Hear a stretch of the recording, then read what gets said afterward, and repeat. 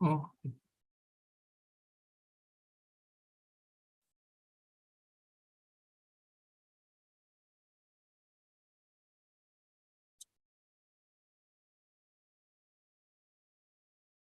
हरे कृष्णा। तो भगवत गीता के 14वें अध्याय में आप सबका स्वागत है।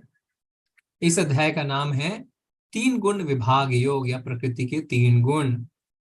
तो पूरी भगवत गीता में हम पढ़ते आए हैं प्रकृति के तीन गुण, प्रकृति के तीन गुण, प्रकृति के तीन गुण। पर ये गुण कौन से हैं, आज हम अच्छे से विस्तार में इसे जानेंगे। तो पिछले अध्याय में हमने देखा था कि तीन गुण जो है कैसे जीवात्मा उससे बद्ध हो जाती है, और कैसे प्रकृति और साथ ही साथ जीव दोनों आदिकाल से हैं, यानी सनातन हैं। और 13वें अध्याय के 22वें श्लोक में हमने क्या देखा था कि जो जीव है, यानी हम जो है जीवात्मा, वो प्रकृति के तीनों गुणों का भोग करता हुआ प्रकृति में ही जीवन बिताता है। तो हमने एक चित्र देखा था ना, उसमें मनुष्य योनि मिल सकती है, पशु योनि मिल सकती है, जलचर की योनि मिल सकती है, कोई भी योनि में हम जा सकते हैं। और ऐसा क्यों होता है? यह उस प्रकृति के साथ उसकी संगति के कारण है। इस तरह उसे उत्तम तथा अध्यम योनियां मिलती रहती हैं। सद असद योनि जन्मसु, यानी उत्तम और अधम योनियां मिलती रहती है। ये अध्याय हमारे लिए बहुत ही ज्यादा महत्वपूर्ण है, क्योंकि इसमें तीन गुणों के बारे में भगवान हमें बताएंगे कि ये तीन गुण जो है वो कैसे हमारे स्वभाव में आ जाते हैं, कैसे हम पहचान सकते हैं कि हम कौन से गुण में हैं, और कैसे फिर हम इन तीन गुणों से ऊपर उठ सकते हैं। फिर अगर हम तीनों गुणों से ऊपर उठ जाएं, तो तब कैसे पहचाने कि हम तीनों गुणों से ऊपर उठ गए हैं। तो पहले जो 13 अध्याय थे ना, हो सकता है हमें पहाड़ चढ़ने जैसे लग रहे हैं, और अब बाकी के बचे जो 5 अध्याय हैं वो बहुत ही ज्यादा सरल हैं, मानो खाली जैसे हमें खाली रीडिंग करनी हो, है ना, इतने सरल है। तो अध्याय की शुरुआत हम करेंगे, पर उससे पहले हम करेंगे श्लोक ऑफ द डे। तो हमने 13वें अध्याय का 28वां श्लोक जो है उसे श्लोक ऑफ द डे कहा था। अगर आप इसका पठन करना चाहते हैं तो आप हैंड रेस कर सकते हैं। सुमित प्रभु जी आपको एक एक करके मौका देंगे। हरे कृष्ण प्रभु जी। हरे कृष्ण प्रभु जी। हरे कृष्ण ऋतु माता जी। हरे कृष्ण प्रभु जी। हरे कृष्ण। सम सर्वेषु भूतेषु तिष्ठतं परमेश्वरं विनश्च विनत् यः सतापि यः पचाति स तथापि यस्। जो परमात्मा के समस्त शरीरों एवं आत्मा के साथ देखता है, और जो यह समझता है कि इस नश्वर शरीर के भीतर ना तो आत्मा है ना ही परमात्मा है, कभी भी निष्पन्न होता है, यही वास्तव में देखता है। हरे कृष्ण। धन्यवाद माता जी, धन्यवाद। हरे कृष्ण दीपा माता जी। हरे कृष्णा प्रभु जी। हरे कृष्ण। सम सर्वेषु भूतेषु तिष्ठतं परमेश्वरं विनश्यस्य विष्णुस्य यः पश्यन्ति स पश्यन्ति। हरे कृष्णा प्रभु जी। हरे कृष्ण मनोरमा माता जी। हरे कृष्ण माता जी। हरे कृष्ण प्रभु जी। शमः सर्वेषु भूतेषु तिष्ठयन्त परमेश्वरं विनश्य शव विनश्यन्त यः पश्यन्ति स पश्यति। धन्यवाद माता जी। हरे कृष्ण। हरे कृष्ण सौरभ प्रभु जी। हरे कृष्ण प्रभु जी। हरे कृष्ण प्रभु जी। तम सर्वेषु भूतेषु तिष्ठन्त परमेश्वरं विनश्य तस्व विनश्यन्त यह पश्यति स पश्यति। धन्यवाद प्रभु जी। हरे कृष्ण। हरे कृष्ण अनिल कुमार प्रभु जी। हरे कृष्ण प्रभु जी। हरे कृष्ण। सर्वेषु भूतेषु तिष्ठन्तं परमेश्वरं विनश्यत्स्व विनश्यन्तं यः पश्यति स पश्यति। हरे कृष्ण प्रभु जी। धन्यवाद प्रभु जी। हरे कृष्ण। हरे कृष्ण कामाख्या माता जी। हरे कृष्णा प्रभु जी। सर्वसु हरे भूतेषु कृष्ण। तिष्ठन्त परमेश्वरं विनश्यत्स्व विनश्यन्त यः पश्यति स पश्यति। हरे कृष्णा प्रभु हरे जी। कृष्ण। बहुत ही सुंदर किया आपने, धन्यवाद। हरे कृष्ण डॉक्टर अलका माता जी। समं सर्वेषु भूतेषु तिष्ठन्तं परमेश्वरं विनश्यत्स्व विनश्यन्तं यः पश्यति स पश्यति। हरे हरि कृष्ण प्रभु। बोल। धन्यवाद माता जी, बहुत सुंदर। हरे कृष्णा निताई प्रिया माता जी।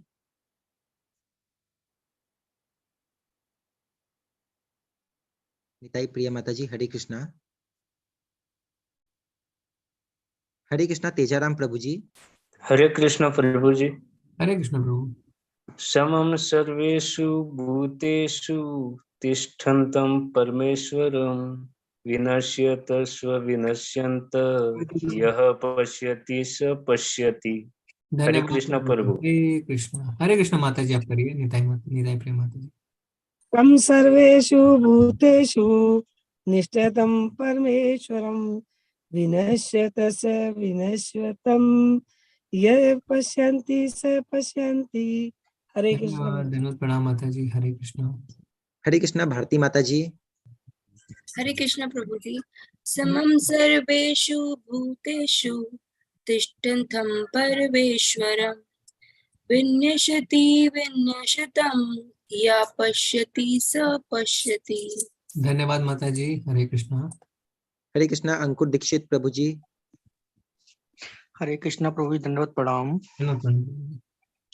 समम सर्वेषु भूतेषु तिष्ठन्तं परमेश्वरं विनश्य स्वविनश्यन्तं या पश्यति सा पश्यति। हरे कृष्ण। धन्यवाद प्रभु जी। हरे कृष्ण।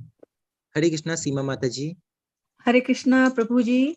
हरे कृष्ण। समं सर्वेषु भूतेषु तिष्ठतं परमेश्वरं विनश्यत्व विनश्यन्तं यः पश्यति स पश्यति। हरे धन्यवाद कृष्ण माता प्रभु। जी। हरे कृष्ण। हरे कृष्णा रेखा रानी माता जी। हरे कृष्ण प्रभु जी। हरे कृष्ण माता जी। समम समम सर्वेषु भूतेषु तिष्ठन्तं परमेश्वरं विनश्यत्स्व विनश्यन्तं यः पश्यति स पश्यति। बहुत ही हरे सुंदर माता कृष्ण। जी। हरे कृष्ण।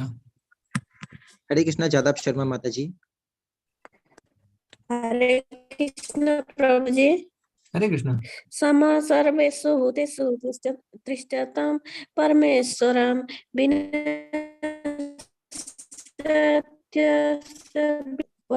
हरे कृष्ण प्रभु जी। हरे कृष्ण। धन्यवाद माता जी।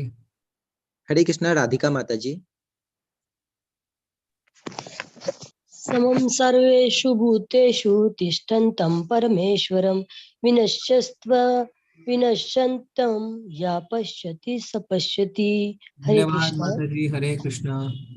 हरे कृष्णा दत्तात्रेय प्रभु जी। हरे कृष्ण प्रभु जी। हरे कृष्ण। सर्वेषु भूतेषु तिष्ठन्तं परमेश्वरं विनश्यत्स्व विनश्यन्तं यः पश्यति स पश्यति। हरे कृष्ण। धन्यवाद, धन्यवाद प्रभु जी। हरे कृष्ण। हरे कृष्णा सुनीता माता जी। हरे कृष्ण प्रभु जी। हरे कृष्ण।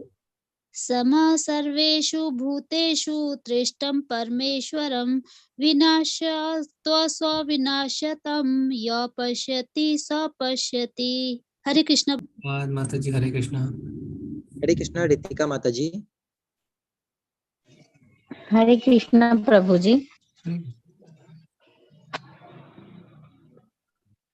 हेलो। हरे कृष्ण प्रभु जी। हरे कृष्ण माता जी। हरे कृष्ण। समं सर्वेषु भूतेषु निष्ठन्तं परमेश्वरं विनश्यत्स्व विनश्यन्तं यः पश्यति स पश्यति। हरे कृष्ण प्रभु जी। धन्यवाद माता जी। हरे कृष्ण। हरे कृष्णा पवन प्रभु जी। हरे कृष्ण प्रभु। हरे कृष्ण महाराज। समं सर्वेषु भूतेषु तिष्ठन्तं परमेश्वरं विनश्यत स्वविनश्यन्तं यः पश्यति स पश्यति। हरे कृष्ण प्रभु। धन्यवाद प्रभु जी। हरे कृष्णा हेमंत प्रभु जी। हाँ हरे कृष्णा प्रभु जी। हरे कृष्ण प्रभु जी। हरे कृष्ण। हरे कृष्ण। हेमंत प्रभु जी अनम्यूट कीजिए। समम सर्वेषु भूतेषु तिष्ठतं परमेश्वरं विनश्यति स्व विनश्यतः या पश्यन्ति सा पश्यति। धन्यवाद प्रभु जी। हरे कृष्णा उर्मिला माता जी। हरे कृष्णा प्रभु जी। हरे कृष्ण। समं सर्वेषु भूतेषु तिष्ठन्तं परमेश्वरं विनश्यस्व विनश्यन्तं यः पश्यति स पश्यति। हरे कृष्णा। धन्यवाद माता जी। हरे कृष्णा। निशि माता जी। हरे कृष्णा।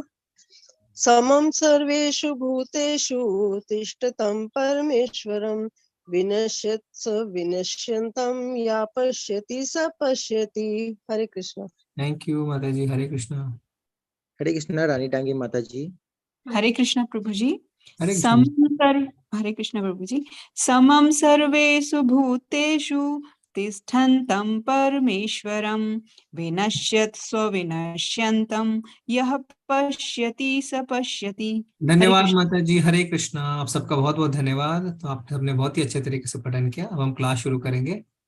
ठीक है, तो अब अभी प्रभु जी एक बार हम नोट कर लेते हैं, क्योंकि आज हम नरसिंह स्तुति करने वाले थे, शायद वो जितिका माता जी ज्वाइन नहीं कर पाए। नहीं कर पाई हैं। सीमाचार्य माता जी ने कहा है कि कल वो गीत गोविंद करना चाहते हैं, तो गीत गोविंद भी बहुत ही अच्छा है, तो हम याद रखेंगे सीमाचार्य माता जी या जितिका माता जी, है ना। ठीक है प्रभु जी। जी जी। हरे कृष्ण। हरे कृष्ण। तो आप सब जो है ना, सीमा माता जी और जितिका माता जी भी 15 मिनट पहले कम से कम आप जुड़े 9 बजने से, तो उससे फिर हम शुरू कर पाएंगे। ओके।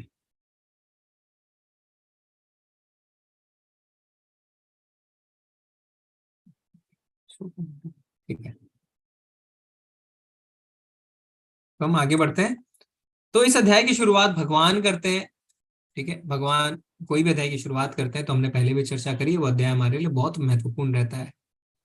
श्री भगवानुवाच परम भूय प्रवक्ष्यामि ज्ञाननां ज्ञानमुत्तमं यज्ञात्वा मुनयः सर्वे परां सिद्धिमितो गतः। भगवान ने कहा, अब मैं तुमसे समस्त ज्ञानों में सर्वश्रेष्ठ इस परम ज्ञान को पुनः कहूंगा, जिसे जान लेने पर समस्त मुनियों ने परम सिद्धि प्राप्त की है। तो भगवान क्या बता रहे हैं कि जो इन बातों को समझ जाएगा उसका पुनर्जन्म दोबारा यानी पुनर्जन्म नहीं होगा, यानी माया के 3 गुण से कैसे बाहर आना वो हमें पता चल जाएगा। और बड़े बड़े जो ऋषि मुनि हुए हैं उन्होंने ऐसे ही से समझा और तीनों गुणों से वो ऊपर उठ पाए हैं। क्योंकि ये जो 3 गुण है ये क्या है, ये भक्ति के चोर हैं, ये हमारी भक्ति को चुरा लेते हैं। तो जैसे हम लंबी यात्रा पे निकलते हैं तो हम बहुत सतर्क रहते हैं ना कि कहीं कुछ चोरी ना हो जाए सामान। इसी तरीके से भक्ति की जो ये लंबी यात्रा है, कभी ना खत्म होने वाली यात्रा, इनको हम माया के 3 गुणों से हमेशा बचा के रखते हैं, हमेशा सतर्क रहते हैं। इसलिए भगवान आज इन 3 गुणों के बारे में बताएंगे कि किस तरीके से ये हमारी भक्ति को चुरा लेते हैं और किस तरीके से हमें इनके लिए तैयार रहना चाहिए। प्रभुपाद जी क्या बताते हैं, 13वें अध्याय में यह स्पष्ट बताया है कि प्रकृति के गुणों की संगति के फलस्वरूप ही जीव इस भौतिक जगत में बद्ध है। अब इस अध्याय में भगवान स्वयं बताते हैं कि वे प्रकृति के गुण कौन कौन से हैं, वे किस प्रकार क्रिया करते हैं, किस तरह बांधते हैं और किस प्रकार मोक्ष प्रदान करते हैं। तो यहाँ पे क्या लिखता है, यहाँ पे प्रभुपाद जी लिख रहे हैं कि ये 3 गुण हमें बांधते भी हैं, पर यही 3 गुण हमें मोक्ष भी प्रदान करते हैं। जैसे ज्यादा दूध पी लेंगे तो पेट खराब हो जाएगा, पर उसी दूध से बनी हुई दही खाएंगे तो पेट आपका सही हो जाएगा। तो पदार्थ वही है ना। तो ये गुण हमें मोक्ष भी दिला सकते हैं। इस अध्याय में जिस ज्ञान का प्रकाश किया गया है उसे अन्य पूर्व अध्यायों में दिए गए ज्ञान से श्रेष्ठ बताया गया है। इस ज्ञान को प्राप्त करके अनेक मुनियों ने सिद्धि प्राप्त की और वैकुंठ लोक के भागी हुए। अब भगवान उसी ज्ञान को और अच्छे ढंग से बताने जा रहे हैं। यह ज्ञान अभी तक बताए गए समस्त ज्ञान योग से कहीं अधिक श्रेष्ठ है और इसे जान लेने पर अनेक लोगों को सिद्धि प्राप्त हुई है। तो यहाँ पे भगवान बता रहे हैं क्या, इस ज्ञान में स्थिर होकर मनुष्य मेरी जैसी दिव्य प्रकृति यानी स्वभाव को प्राप्त कर सकता है। इस प्रकार स्थित हो जाने पर वह ना तो सृष्टि के समय उत्पन्न होता है और ना प्रलय के समय विचलित होता है। तो भगवान बता रहे हैं ये जो ज्ञान अभी हम इस अध्याय में देखेंगे उसको जान लेने से क्या होगा, हम भगवान के जैसा स्वभाव प्राप्त करेंगे। तो कोई बता सकता है भगवान का क्या स्वभाव है? आप अपना हैंड रेज करके बता सकते हैं। भगवान किस स्वभाव की बात कर रहे हैं? भगवान का कौन सा स्वभाव है जो हम प्राप्त कर पाएंगे? हमने इसकी चर्चा करी है भगवान के स्वभाव कि हमारा भी वही स्वभाव होता है। हरे कृष्णा योगेश शर्मा प्रभु जी। हरे कृष्णा प्रभु जी। जी। उसमें दुख में और सुख में समान अपना प्रवृत्ति होना, किसी से ईर्ष्या न करना, सभी से प्रेम करना, जी, तो इसके लिए हम कुछ शब्दों का इस्तेमाल करते हैं। 3 शब्द हैं, 3 शब्दों का इस्तेमाल होता है। मुझे चैट में आंसर मिल गया है, ठीक है, कोई बात नहीं प्रभु जी। भारती माता जी, हरे कृष्णा। हरे कृष्ण प्रभु जी। जी जो भगवान का स्वभाव है, जो हमारा भी होना चाहिए, कि हमारा मन विचलित ना हो किसी भी सिचुएशन में और स्थिर रहे। जी माता जी, तो ऐसे तो बहुत सारी वैष्णव क्वालिटीज हैं, पर वो स्वभाव के लिए एक 3 शब्दों का प्रयोग होता है। तो अनिल प्रभु जी ने और पवन प्रभु जी ने बताया, पवन सोनी प्रभु जी ने सच्चिदानंद, है ना। ब्रह्मा जी भी कहते हैं सच्चिदानंद विग्रह, भगवान का स्वरूप है सच्चित आनंद। सत्य यानी शाश्वत, चित यानी पूर्ण ज्ञान, और आनंद यानी पूर्ण आनंद। तो हम तुरंत भगवान के स्वभाव को यानी सच्चिदानंद स्वभाव को प्राप्त करेंगे, और भगवान हमारी मदद करने के लिए हमेशा तत्पर हैं। तो उसमें एक उदाहरण आता है, क्या, सीमाचार्य माता जी ने भी बताया, सच्चिदानंद एक पुजारी रहता है, वो एक मंदिर में पूजा करता रहता है। अचानक से बाढ़ आ जाती है, तो जब बाढ़ आती ही है तो एक आदमी गाड़ी में आता है, वो कहता है पुजारी जी आप चलिए, अभी बाढ़ का जो पानी है वो बढ़ने वाला है। वो कहते हैं नहीं, मैं नहीं जाऊंगा जब तक भगवान मुझे खुद बचाने नहीं आएंगे। तो गाड़ी वहां से निकल जाती है, पानी और बढ़ने लगता है। तो एक नौके पे एक आदमी सवार होकर आता है, वो कहता है पुजारी जी चलिए, पानी और बढ़ेगा। फिर भी वो मना कर देते हैं, बोले जब तक भगवान मुझे बचाने नहीं आएंगे मैं नहीं जाऊंगा। फिर पानी इतना बढ़ जाता है कि वो मंदिर की छत पे चढ़ जाते हैं। फिर भी एक हेलीकॉप्टर आता है उन्हें बचाने के लिए, उन्हें भी वो मना कर देते हैं। वो कहते हैं क्या, भगवान जब तक नहीं आएंगे मैं नहीं जाऊंगा। तो भगवान हर बार आते हैं किसी ना किसी के जरिए, पर हम ही हैं जो सहायता लेने से मना कर देते हैं, है ना। गुरु साधु और शास्त्र भगवान भेजते हैं सबको, पर हम जो है वो तैयार नहीं है। पर जब हम भगवान के धाम पहुंचते हैं तो हमारा स्वभाव उनके जैसा होता है और हमें आध्यात्मिक शरीर मिलता है। क्यों? क्योंकि पिता के गुण बच्चे में आते हैं। तो भगवान के धाम में जाने में हम भी सच्चिदानंद स्वभाव के हो जाते हैं। आप इस चित्र में देख सकते हैं कि सबका शरीर एक जैसा है, हमें भगवान के जैसा ही शरीर, आध्यात्मिक शरीर प्राप्त होता है। तो आध्यात्मिक शरीर जो है उसका कभी भी श्रेय नहीं होता। और गोलोक में जब हम पहुंचते हैं तो वहां पे लोग बातें नहीं करते हैं, हर शब्द गाने की तरह होता है, चलते नहीं है, हर कदम नृत्य होता है। वहां पे कोई द्वंद नहीं है ना, दिन रात सर्दी गर्मी ऐसा कुछ भी वहां पे द्वंद नहीं पाया जाता। ये श्लोक ऑफ द डे है, आप इसे नोट कर लीजिए 14.4। यहाँ पे क्या लिखा है, सर्वयोनेषु कौन्तेय मूर्तया संभवन्ति यः तासां ब्रह्म हद्योनिर अहम बीज प्रदापिता। हे कुंती पुत्र, तुम यह समझ लो कि समस्त प्रकार की जीव योनियां इस भौतिक प्रकृति में जन्म द्वारा संभव है, और मैं उनका बीज प्रदाता पिता हूं। ताशम ब्रह्म महद्योनिर अहम बीज प्रदापिता। तो भगवान कह रहे हैं कि मैं ही सबका बीज प्रदाता पिता हूं। तो आप कहेंगे अच्छा कैसे, ब्रह्मा जी ने सारी सृष्टि का निर्माण किया है। पर ब्रह्मा जी का निर्माण तो भगवान से ही हुआ है। हमने देखा है गर्भोदक्षाय विष्णु के नाभि से एक कमलनाल निकलती है जिसमें ब्रह्मा जी की उत्पत्ति होती है। और वो कौन रहते हैं, गर्भोदक्षाय विष्णु जो भगवान के पुरुष अवतार हैं। तो जितनी भी योनियां हैं, चाहे जानवर हो चाहे पेड़ पौधे हो, सबके बीज प्रदाता पिता भगवान है। तो पहले जो है साइंटिस्ट हमारे क्या करते थे, आपस में वाद विवाद करते थे कि पहले पेड़ आया या पहले बीज। तो अब वो रिसर्च हो चुकी है और क्या पाया गया है, पहले बीज आया, क्योंकि बीज के बिना पेड़ नहीं हो सकता। तो भगवान तो यहाँ पे साफ साफ कह रहे हैं, है ना। हम इतना समय नष्ट करते हैं शोध करने में, पर भगवान कह रहे हैं मैं ही बीज प्रदाता पिता हूं। तो हमें भगवत गीता में पूरी श्रद्धा होनी चाहिए। कई लोग कहते हैं जीवन हमारा केमिकल से आया है ना, कई साइंटिस्ट कहते हैं, पर अभी कई साइंटिस्ट इस बात के अगेंस्ट में भी हैं। तो भगवान ने यहाँ पे साफ साफ कह दिया है कि उनका जो बीज प्रदाता पिता हूं वो मैं हूं। तो हम देखते हैं सब कहते हैं मदर नेचर, है ना, हम नेचर को, प्रकृति को माँ मानते हैं, हम उनके बच्चे हैं। अगर माँ है बच्चा है तो कोई पिता भी होगा। तो पिता कौन है, पिता भगवान है।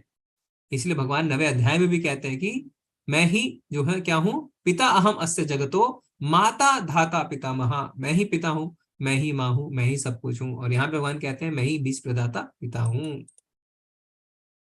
सत्वम रजस्तम इति गुणा प्रकृति संभवा निमद्यांति महाबाहो देहे देहिनम अव्ययम।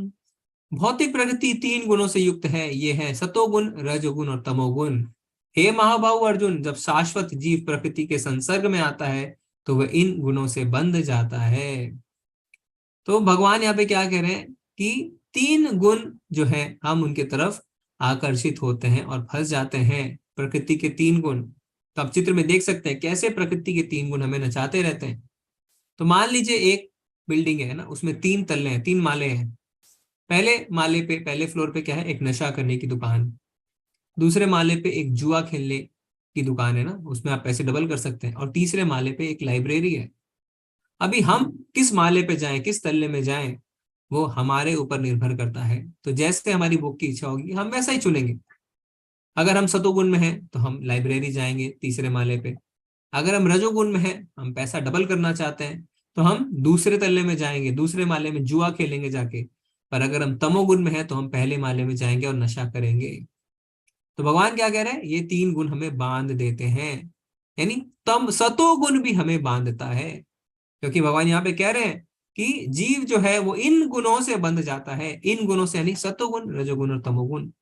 पर प्रश्न ये उठता है, तमोगुण हम समझते हैं खराब है, रजोगुण भी खराब है, पर सतोगुण तो अच्छा है ना, सतोगुण अच्छा है। तो सतोगुण क्यों हमें बांधते हैं, भगवान ऐसा क्यों कह रहे हैं कि सतोगुण भी हमें बांध देते हैं। तो ये प्रश्न है, अगर आप कोई जवाब देना चाहते हैं तो हैंड रेज कर सकते हैं कि भगवान सतोगुण के बारे में क्यों कह रहे हैं कि सतोगुण भी हमें बांध देते हैं। हरे कृष्णा सुधीर प्रभु जी। हरे कृष्णा गुरु जी। सतोगुण में भी हम असल में सकाम कर्म करते हैं, तो इसलिए वो बांधते हैं। बिल्कुल निष्काम कर्म नहीं होता सतो कर्म में।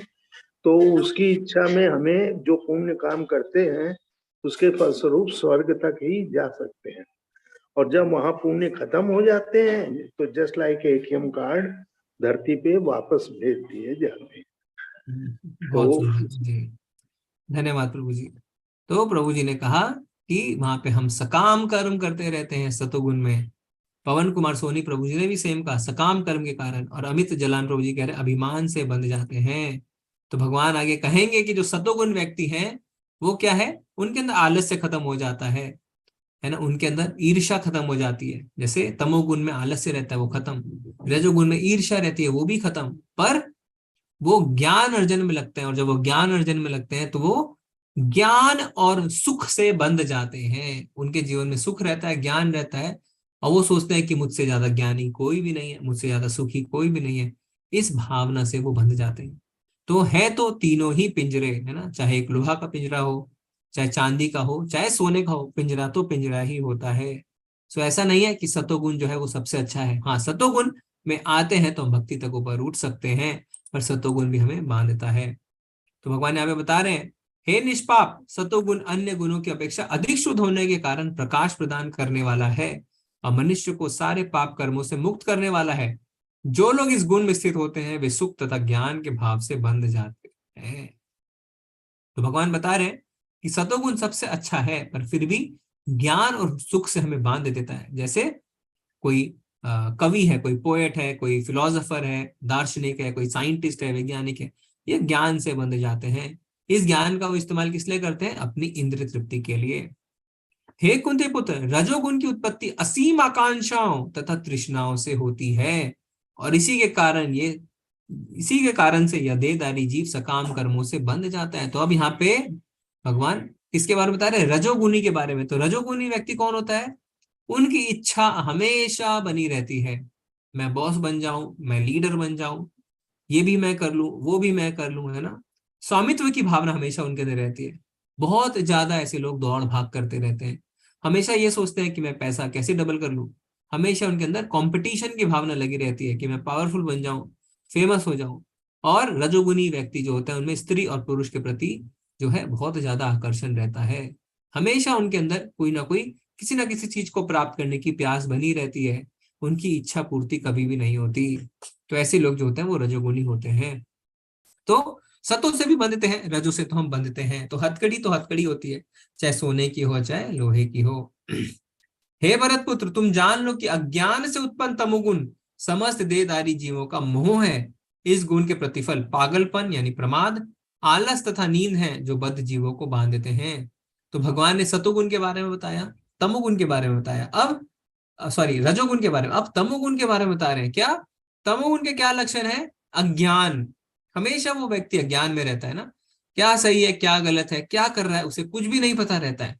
नशे में डूबा रहता है, ड्रग्स लेता है, डिप्रेशन में भी रहता है, कभी कभी तो वो आत्महत्या करने की भी सोचता है ना। हमेशा नींद में बना रहेगा। बोलेगा मैं ये करूं, मैं वो करूं, पर वो करता कुछ भी नहीं है, क्योंकि उसके अंदर बहुत ज्यादा आलस्य रहता है। और उसकी सोच क्या रहती है, कैसे मैं काम को अवॉइड कर सकूं, किस तरीके से काम को टाल सकूं, किस तरीके से कम काम कर सकूं, कैसे बस जाऊं और सो जाऊं। तो भगवत गीता पढ़ने से हमें अपनी बीमारी के बारे में पता चलता है, हम कौन से गुण में स्थित हैं, क्योंकि जब तक बीमारी नहीं पता चलेगी इलाज कैसे होगा। ठीक है, तो भगवत गीता में यहाँ पे बता रही है हमें हमारी बीमारी कौन सी है, और फिर आगे हमें बताएगी कि हमें इससे बाहर कैसे निकलना है। सत्वम सुख संजायति रज कर्मणि भारत, ज्ञानम आवृत्य तु तमः प्रमादे संजयत्युतः। हे भरत पुत्र, सतोगुण मनुष्य को सुख से बांधता है, रजोगुण सकाम कर्म से बांधता है, और तमोगुण मनुष्य के ज्ञान को ढककर उसे पागलपन से बांधता है। तो पिछले जो 3 श्लोक थे उसका भगवान ने यहाँ पे समरी दिया है कि किस तरीके से सतोगुण में हम सुख से बंधते हैं, रजोगुण में हम कर्म से, सकाम कर्म से बंधते हैं ना, और तमोगुण में हम पागलपन से बंधते हैं। तो जब किसी सागर में, महासागर में लहरें उठती है ना, तो कोई भी तैराक कितना ही निपुण क्यों ना हो, वो उसे अपने दम पे क्रॉस नहीं कर सकता, है ना। उसे क्या करना होता है, उसे किसी की सहायता लेनी होती है। तो ये 3 गुण जो हैं, ये उसी जो है महासागर में उठती हुई लहरों की भांति हैं। तो सतोगुणी व्यक्ति क्या करता है, वो कभी कभी इन लहरों को पार कर जाता है, पर तमोगुणी व्यक्ति जो है वो अपने जीवन को नष्ट कर लेता है। तो हमें इस बात को समझना है कि कम से कम हम सतोगुण तक उठें, क्योंकि जब हम सतोगुण तक उठते हैं तो हमें भक्ति में जाने में आसानी होती है। हे भरत पुत्र, कभी कभी सतोगुण रजोगुण तथा तमोगुण को परास्त करके प्रधान बन जाता है, तो कभी रजो सतो और तमो को परास्त कर देता है, और कभी ऐसा होता है कि तमो सतो तथा रजोगुण को परास्त कर देता है। इस प्रकार श्रेष्ठता के लिए निरंतर स्पर्धा चलती रहती है। तो ऐसा नहीं है कि एक ही गुण बना रहता है ना। आप देखेंगे सवेरे जब आप उठते हैं तो आपके अंदर सतोगुण की भावना प्रधान रहती है। फिर दिन में क्या होता है, दिन में आप अपने काम पे निकल जाते हैं, व्यवसाय पे निकल जाते हैं, नौकरी करते हैं, तो रजोगुण की भावना आती है, और रात को हमारे अंदर आलस्य आता है तो तमोगुण की भावना प्रधान रहती है। तो कभी एक गुण हावी रहता है तो कभी कोई और गुण हावी रहता है। और ये सिर्फ हमारे शारीरिक स्तर पे नहीं है, ये सामाजिक स्तर पे भी है।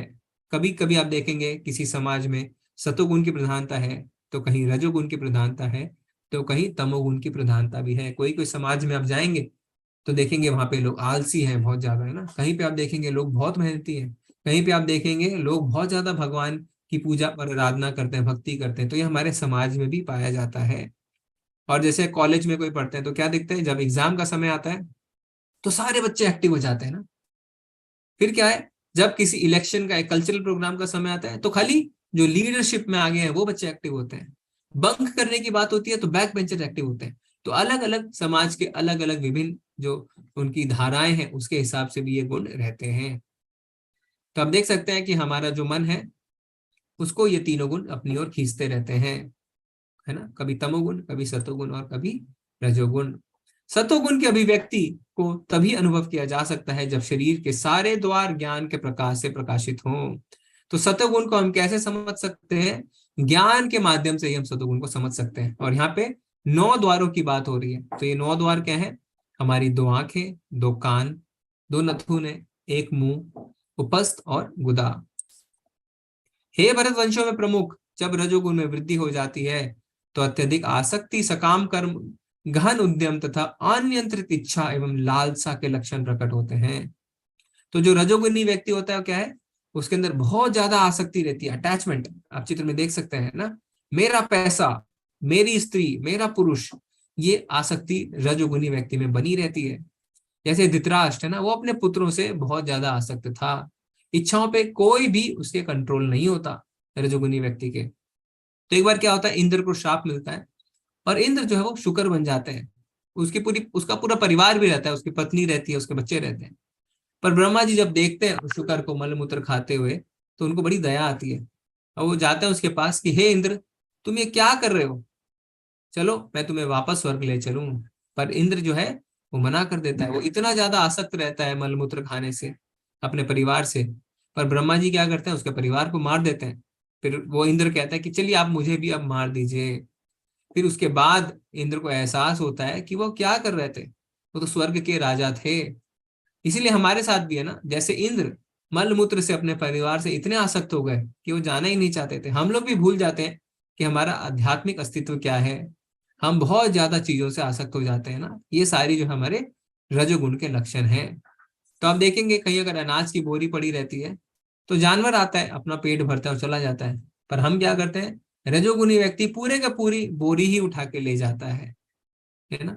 तो बहुत ज्यादा ये काम करते हैं, बहुत ज्यादा मेहनत करते हैं, पर इस बात को बिल्कुल भी एहसास नहीं रहता है कि इसका परिणाम क्या निकलने वाला है। जैसे एक पंखा है ना, एक पंखा सीलिंग पे लटका हुआ बहुत मेहनत कर रहा है, पर अंत में वो वहीं पे है, कहीं वो जा नहीं पा रहा, वहीं पे रह के वो घूमे जा रहा है, घूमे जा रहा है।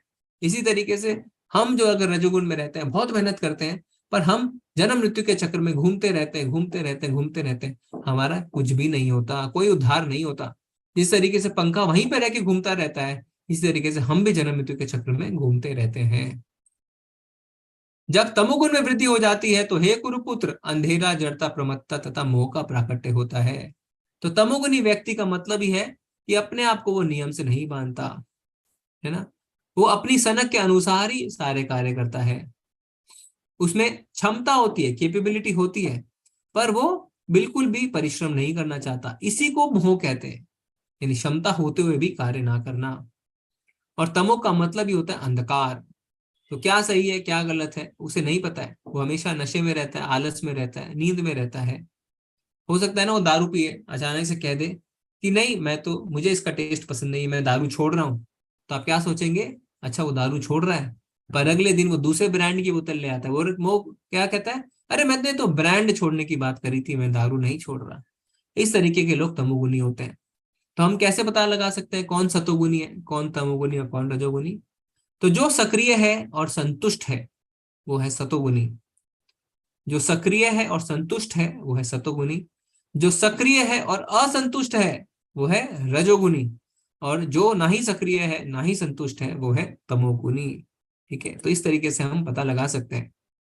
अब क्या है, अब तक हमने देखे तीनों गुण के व्यक्तियों के लक्षण कि सतोगुनी कौन है, तमोगुनी कौन है, रजोगुनी कौन है। अब हम देखेंगे कि उनकी गति क्या होती है।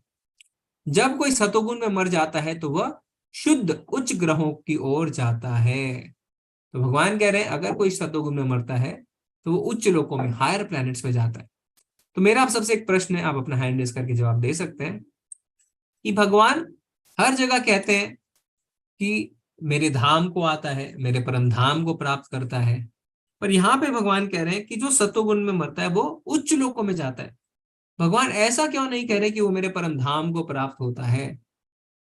हर जगह तो भगवान यही कहते हैं कि वो मेरे लोक में आएगा, पर यहाँ पे भगवान अपने लोक का नाम नहीं लेके भगवान कह रहे हैं वो उच्च लोकों में जाता है। ऐसा क्यों कह रहे हैं भगवान? हरे कृष्णा करुणाकर प्रभु जी। हरे कृष्णा प्रभु जी।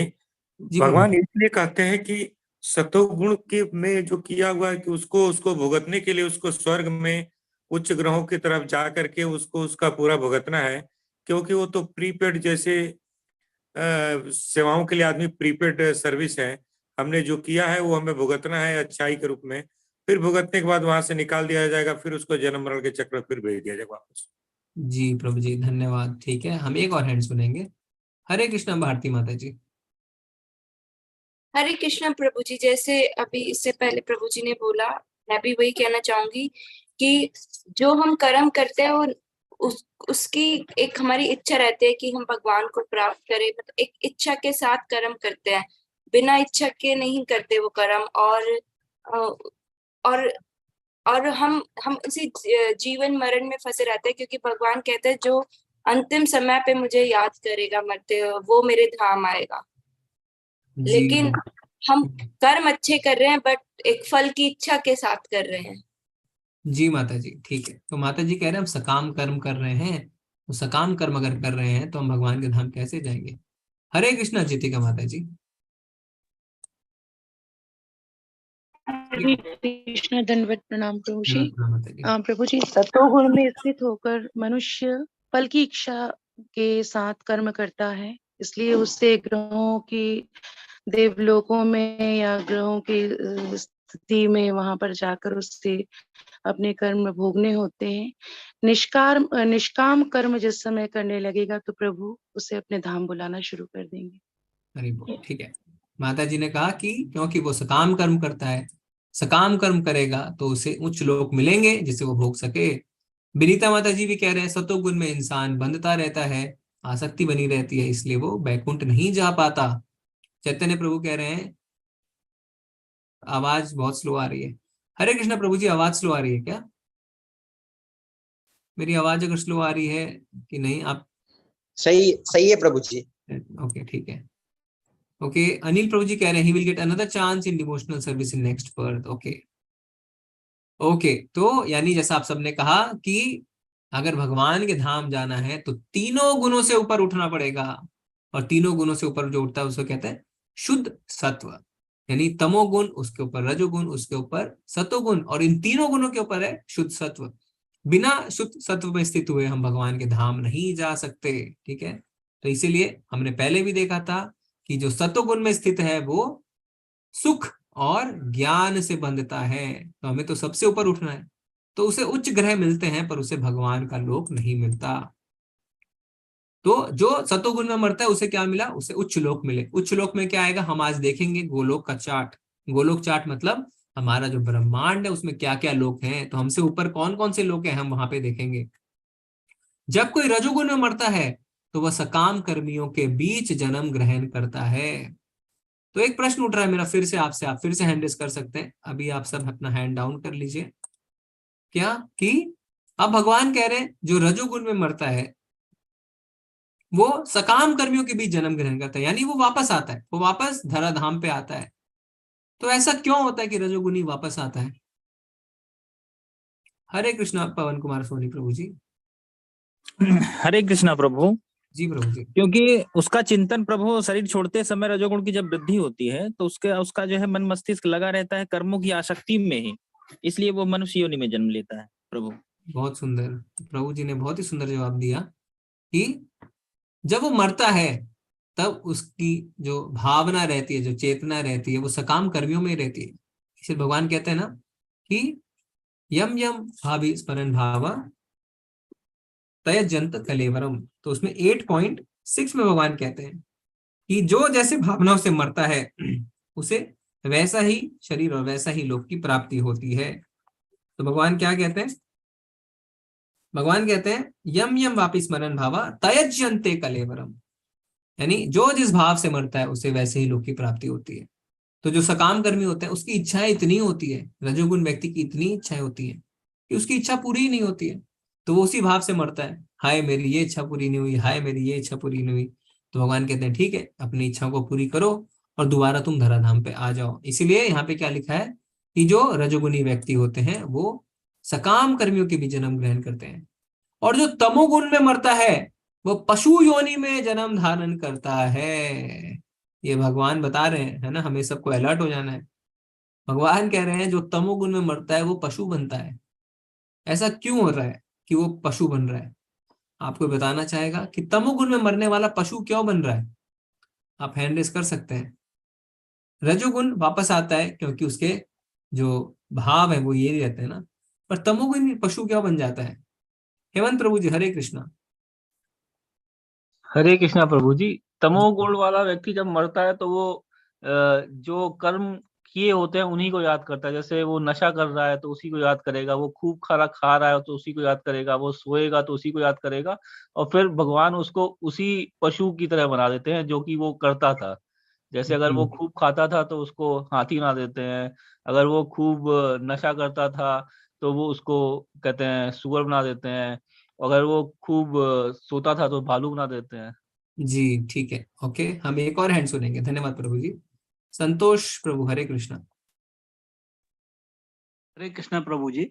जी जैसा बताया कि भगवान श्री कृष्ण ने कहा कि जो अंत समय में गति होती है वही गति होती है। ओके। तो जो तमोगुणी व्यक्ति होता है उसका व्यवहार, उसका जीवन, जैसे आपने बताया कि तंद्रा में है, नशे में है, आलस्य में है, तो जो उसके अंदर पशु वृत्तियां होती हैं तो उन्हीं वृत्तियों को लेकर के वो अंत काल में जाता है। तो ये जो कर्म फल और इच्छा का जो चक्र है उस चक्र के हिसाब से उसको जो है पशु वृत्ति ही प्राप्त होती है। जी जी जी जी, धन्यवाद प्रभु जी। तो इसमें हमने क्या पॉइंट डिस्कस किया? सबने यही पॉइंट कहा कि मरते समय उसकी ऐसी प्रवृत्ति रहती है ना, वो अज्ञानता में रहता है, नशे में रहता है, आलस में रहता है।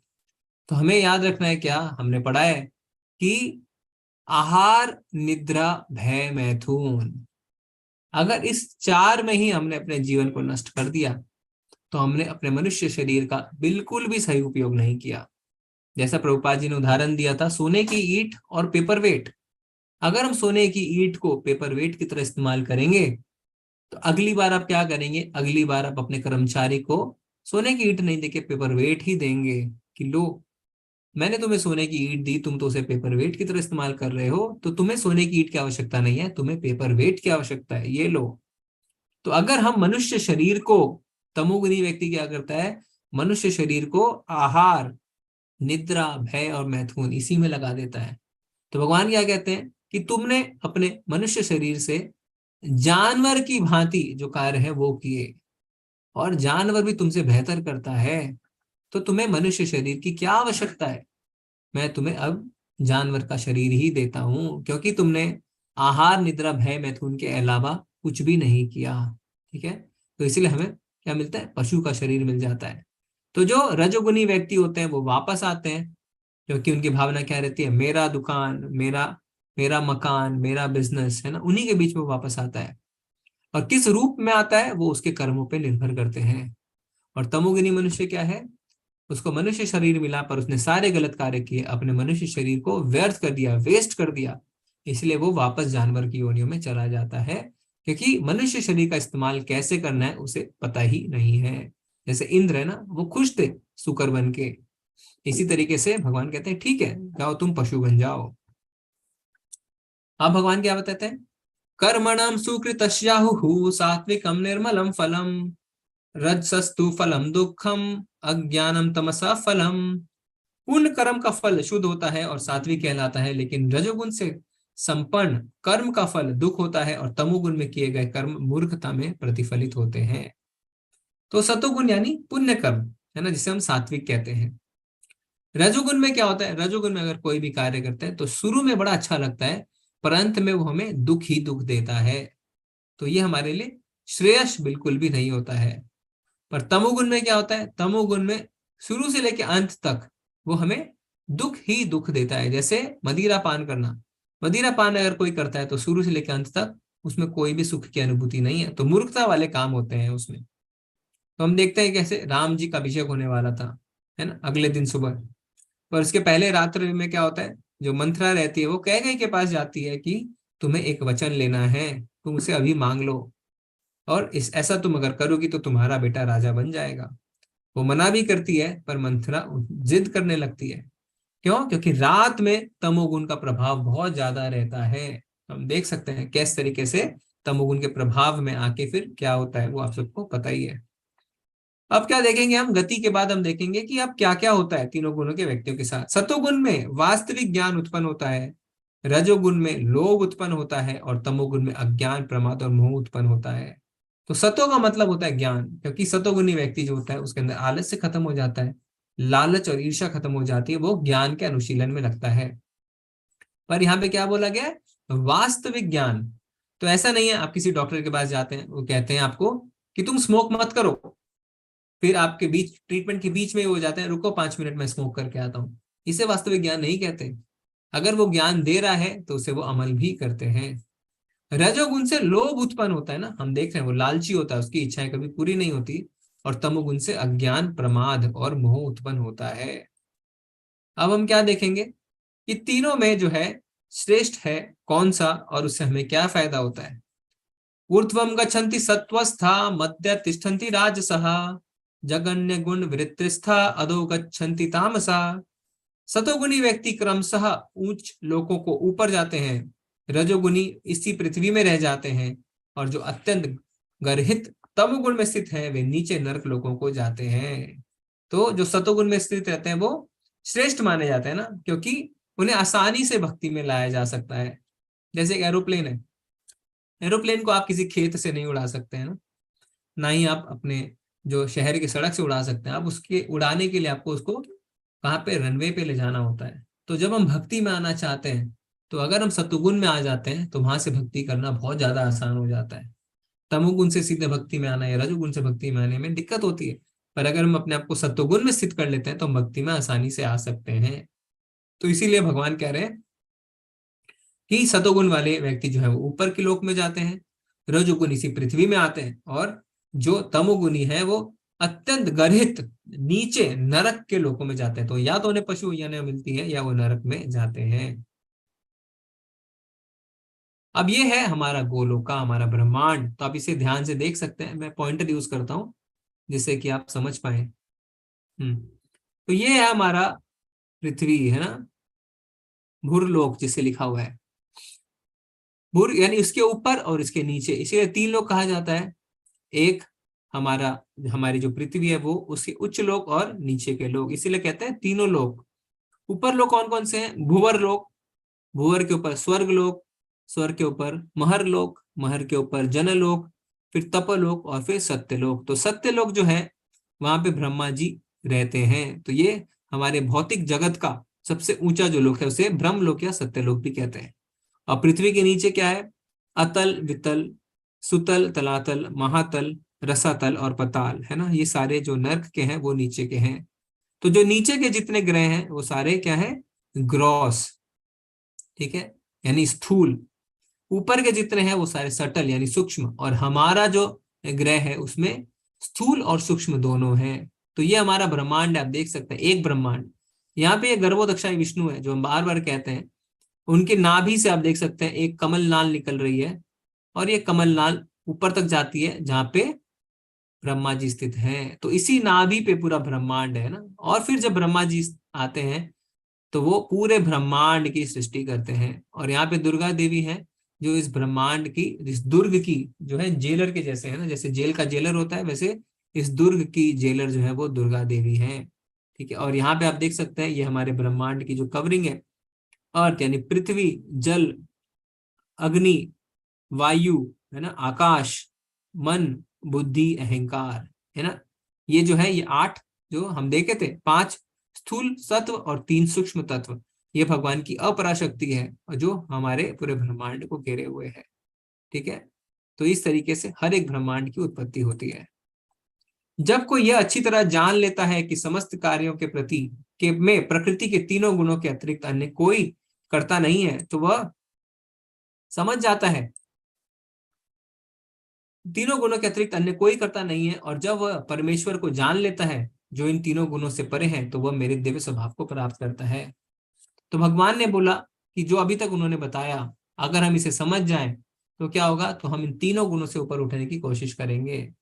और भगवान जो तीनों गुणों के ऊपर उठने का तरीका क्या है? एक ही तरीका है, भगवान की शरणागति। इसीलिए भगवान ने 7वें अध्याय के 14वें श्लोक में क्या कहा था? देवी येषा गुणमयी मम माया दुरत्यया मामेव ये प्रपद्यन्ते मायामेतां तरन्ति ते।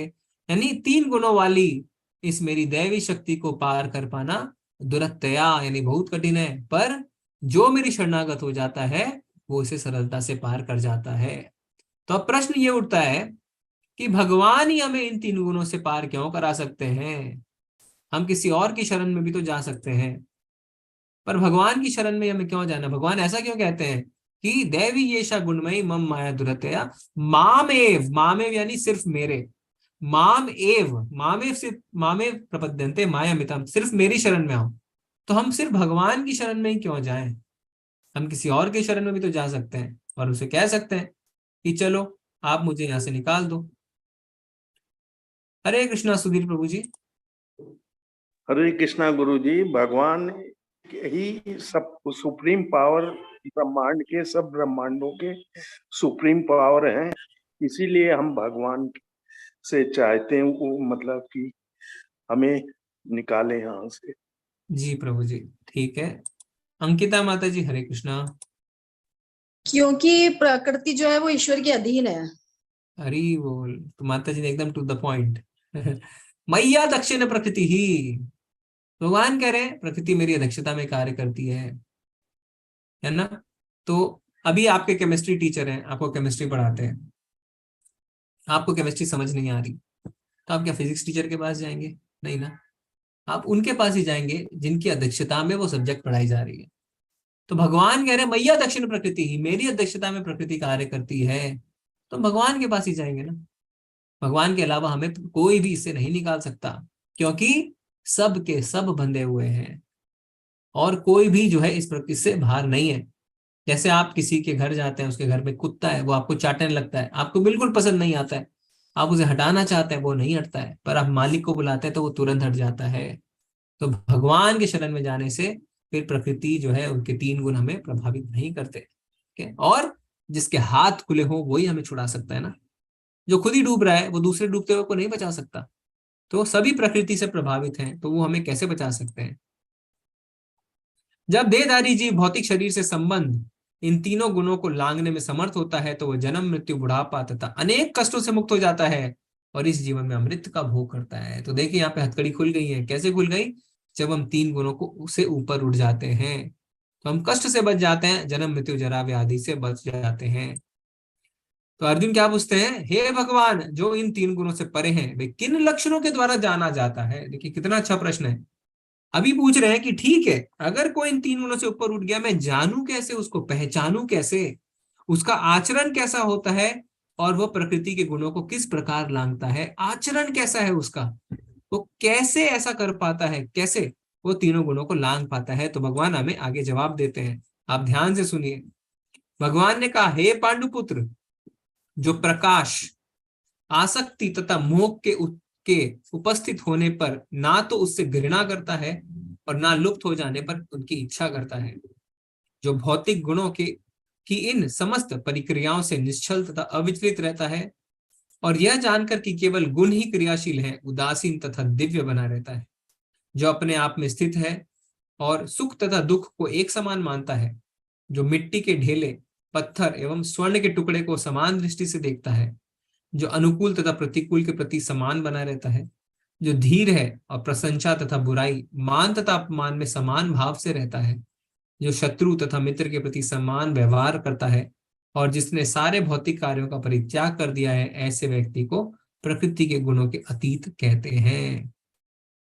तो भगवान ने समरी में क्या बताया कि जो प्रकृति के द्वंद्व हैं, जो व्यक्ति तीनों गुणों को पार कर लेते हैं, उन द्वंद्वों का उन पर कोई प्रभाव नहीं पड़ता। सुख दुख, मान अपमान, सर्दी गर्मी, कुछ भी नहीं, वो इनसे अविचलित रहता है, पूरी तरीके से भक्ति में रहता है।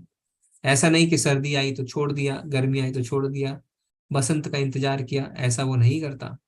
और मिट्टी और सोने को एक समान देखता है। इसका मतलब क्या है कि स्वामित्व नहीं जताता, है ना, क्योंकि उसे पता है कि ये मेरा तो है ही नहीं, सब कुछ भगवान का है। तो हम देखते हैं जैसे प्रहलाद महाराज है ना, उन्होंने हमेशा संभाव बना के रखा। विभीषण हमेशा भगवान की शरणागति में रहे, उनका बहुत अपमान भी हुआ लंका में, पर फिर भी वो भगवान की शरणागति में थे, है ना, हमेशा वो भगवान के आगे नतमस्तक थे, भगवान की भक्ति में लगे हुए थे।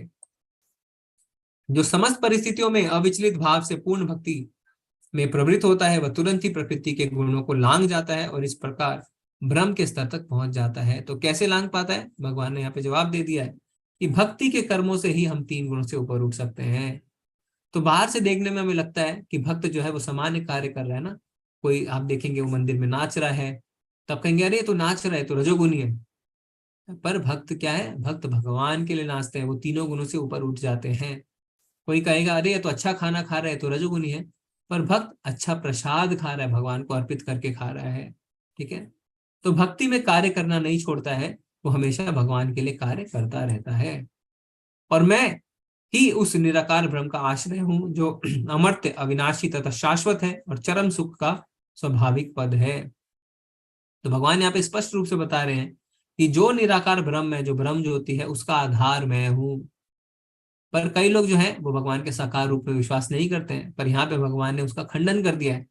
भगवान ने उल्टा नहीं कहा है कि ब्रह्म ज्योति से मैं आता हूँ, भगवान कह रहे हैं मुझसे ब्रह्म ज्योति आती है। जैसे आपके जो कमरे में बल्ब जल रहा है, जो ट्यूबलाइट जल रही है, उसका आधार वो बल्ब या ट्यूबलाइट है, उल्टा नहीं है ना। बल्ब और ट्यूबलाइट उस रोशनी से नहीं आ रहे हैं, वो रोशनी जो है वो बल्ब और ट्यूबलाइट से आ रही है। तो भगवान से निराकार ब्रह्म आता है, ना कि निराकार ब्रह्म से भगवान आते हैं। तो अभी हम देखेंगे क्या कि सतोगुण में जो स्थित व्यक्ति है वो दूसरों की भलाई करते हैं, है ना, उससे क्या होता है, उससे भक्ति आसान हो जाती है। जैसे हमने कहा एरोप्लेन रनवे से उसे उड़ना आसान हो जाता है। तो भलाई यानी सतोगुण, जुनून यानी रजोगुण, तो हमेशा कुछ ना कुछ करना चाहता है। तो एक्सरसाइज करना कोई खराब बात नहीं है, पर दिन भर अगर हम इतने अपने बॉडी से आसक्त हो जाएं, है ना, हर समय शीशे के आगे खड़े होकर हम अपनी बॉडी को निहारने लगे, कि यहाँ से हम पतले हो गए, यहाँ से हम मोटे हो गए, हर समय हम कुछ ना कुछ करते रहे अपने शरीर के लिए, वो जुनून जो है वो रजोगुनी होता है। और तमोगुनी यानी अज्ञानता, तो ऐसा काम वो करते हैं जिसमें समय का जो है अपव्यय है, हमेशा समय को वेस्ट करते रहते हैं, उन्हें उस चीज को करने से कोई लाभ नहीं मिलता। जैसे सोशल मीडिया करे जा रहे हैं, 4 घंटे बाद आप उनसे पूछते हैं आपने क्या किया, वो कुछ भी जवाब आपको नहीं दे पाते, क्योंकि उन्हें खुद ही नहीं पता उन्होंने उस 4 घंटे क्या किया। ठीक है, तो आप नोट करते रहिए आप कौन से गुण में हैं, है ना, फिर बाद में आप चैट में लिख सकते हैं। आगे क्या है, समय पर जगना, तो जो व्यक्ति अगर सुबह सुबह जग रहा है समय से 5 बजे तो वो सतोगुनी है। सतोगुनी व्यक्ति हमेशा सुबह जल्दी उठते हैं, क्योंकि उस समय जो है ब्रह्मलोक रहता है, ब्रह्म मुहूर्त रहता है, और वो अपनी आत्मा के लिए कुछ करते हैं, भगवान के नाम का जप करते हैं, मंगल आरती अटेंड करते हैं। रजोगुनी व्यक्ति कब उठता है, ऐसे टाइम पे उठता है जब जो है कार्य शुरू हो चुका हो, है ना, उठते ही 8 बजे तुरंत नहाएगा, नाश्ता करेगा और ऑफिस भाग जाएगा, उसे कोई भी बीच में कार्य करने का समय नहीं है अपनी आत्मा के लिए। और तमोगुनी व्यक्ति कब उठता है, वो सीधे गुड आफ्टरनून कहता है ना, वो गुड मॉर्निंग कहता ही नहीं है, वो सीधे 12-1 बजे उठेगा और क्या कहेगा, गुड आफ्टरनून, वो हमेशा सोया हुआ रहता है। तो आप सब नोट करते जाइए कि आप कौन से गुण में आते हैं।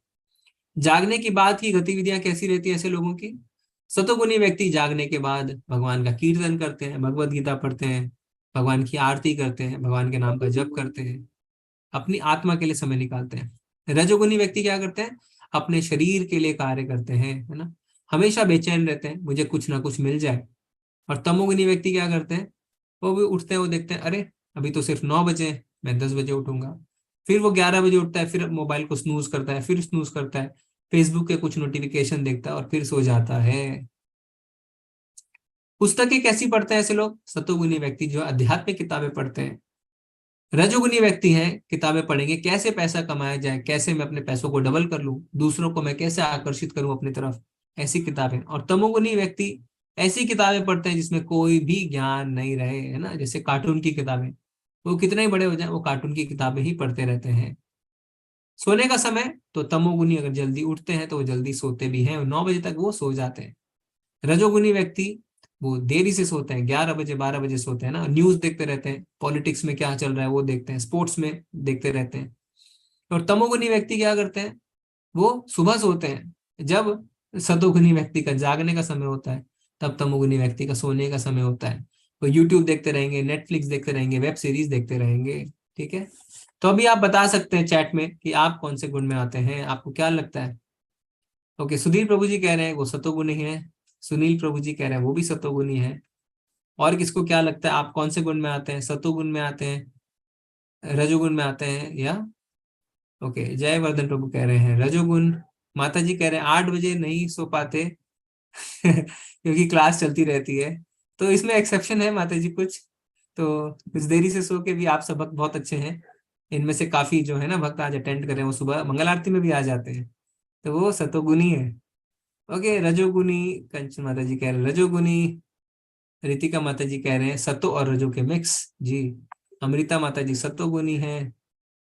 हरभजन प्रभु जी कह रहे हैं, मोटवानी प्रभु जी रजोगुनी, काफी माताएं हैं, प्रभु कह रहे हैं रजोगुनी रजोगुनी रजोगुनी, सतोगुनी रजोगुनी दोनों। तमोगुनी वाला कोई नहीं हमारी क्लास में, सारे सतोगुनी और रजोगुनी वाले हैं। बहुत ही अच्छा, हाँ तीनों गुण में कभी कभी माता जी बता रहे हैं। ओके ठीक है, तो आपको सब समझ में आया कि ओके, तो कि कैसे हमारे 3 गुण हमें प्रभावित करते हैं। तो आज हम इसको डिस्कस करेंगे लास्ट स्लाइड के बाद, सुमित प्रभु जी का मैसेज। तो प्रभुपाद जी के मंत्र में कुछ शब्द देख लेते हैं। जीव यद्यपि स्वभाव से भ्रम होता है और अपनी स्वाभाविक स्थिति में जीव तीनों गुणों से परे होता है, लेकिन प्रकृति के संसर्ग से वह अपने को तीनों गुणों सतो रजो तथा तमो से बांध लेता है। इन्हीं तीनों गुणों के संसर्ग के कारण उसमें भौतिक जगत पर प्रभुत्व जताने की इच्छा होती है। पूर्ण कृष्ण भावनामृत में भक्ति में प्रवृत्त होने पर वह दिव्य पद को प्राप्त होता है और उसमें प्रकृति को वश में करने की इच्छा दूर हो जाती है।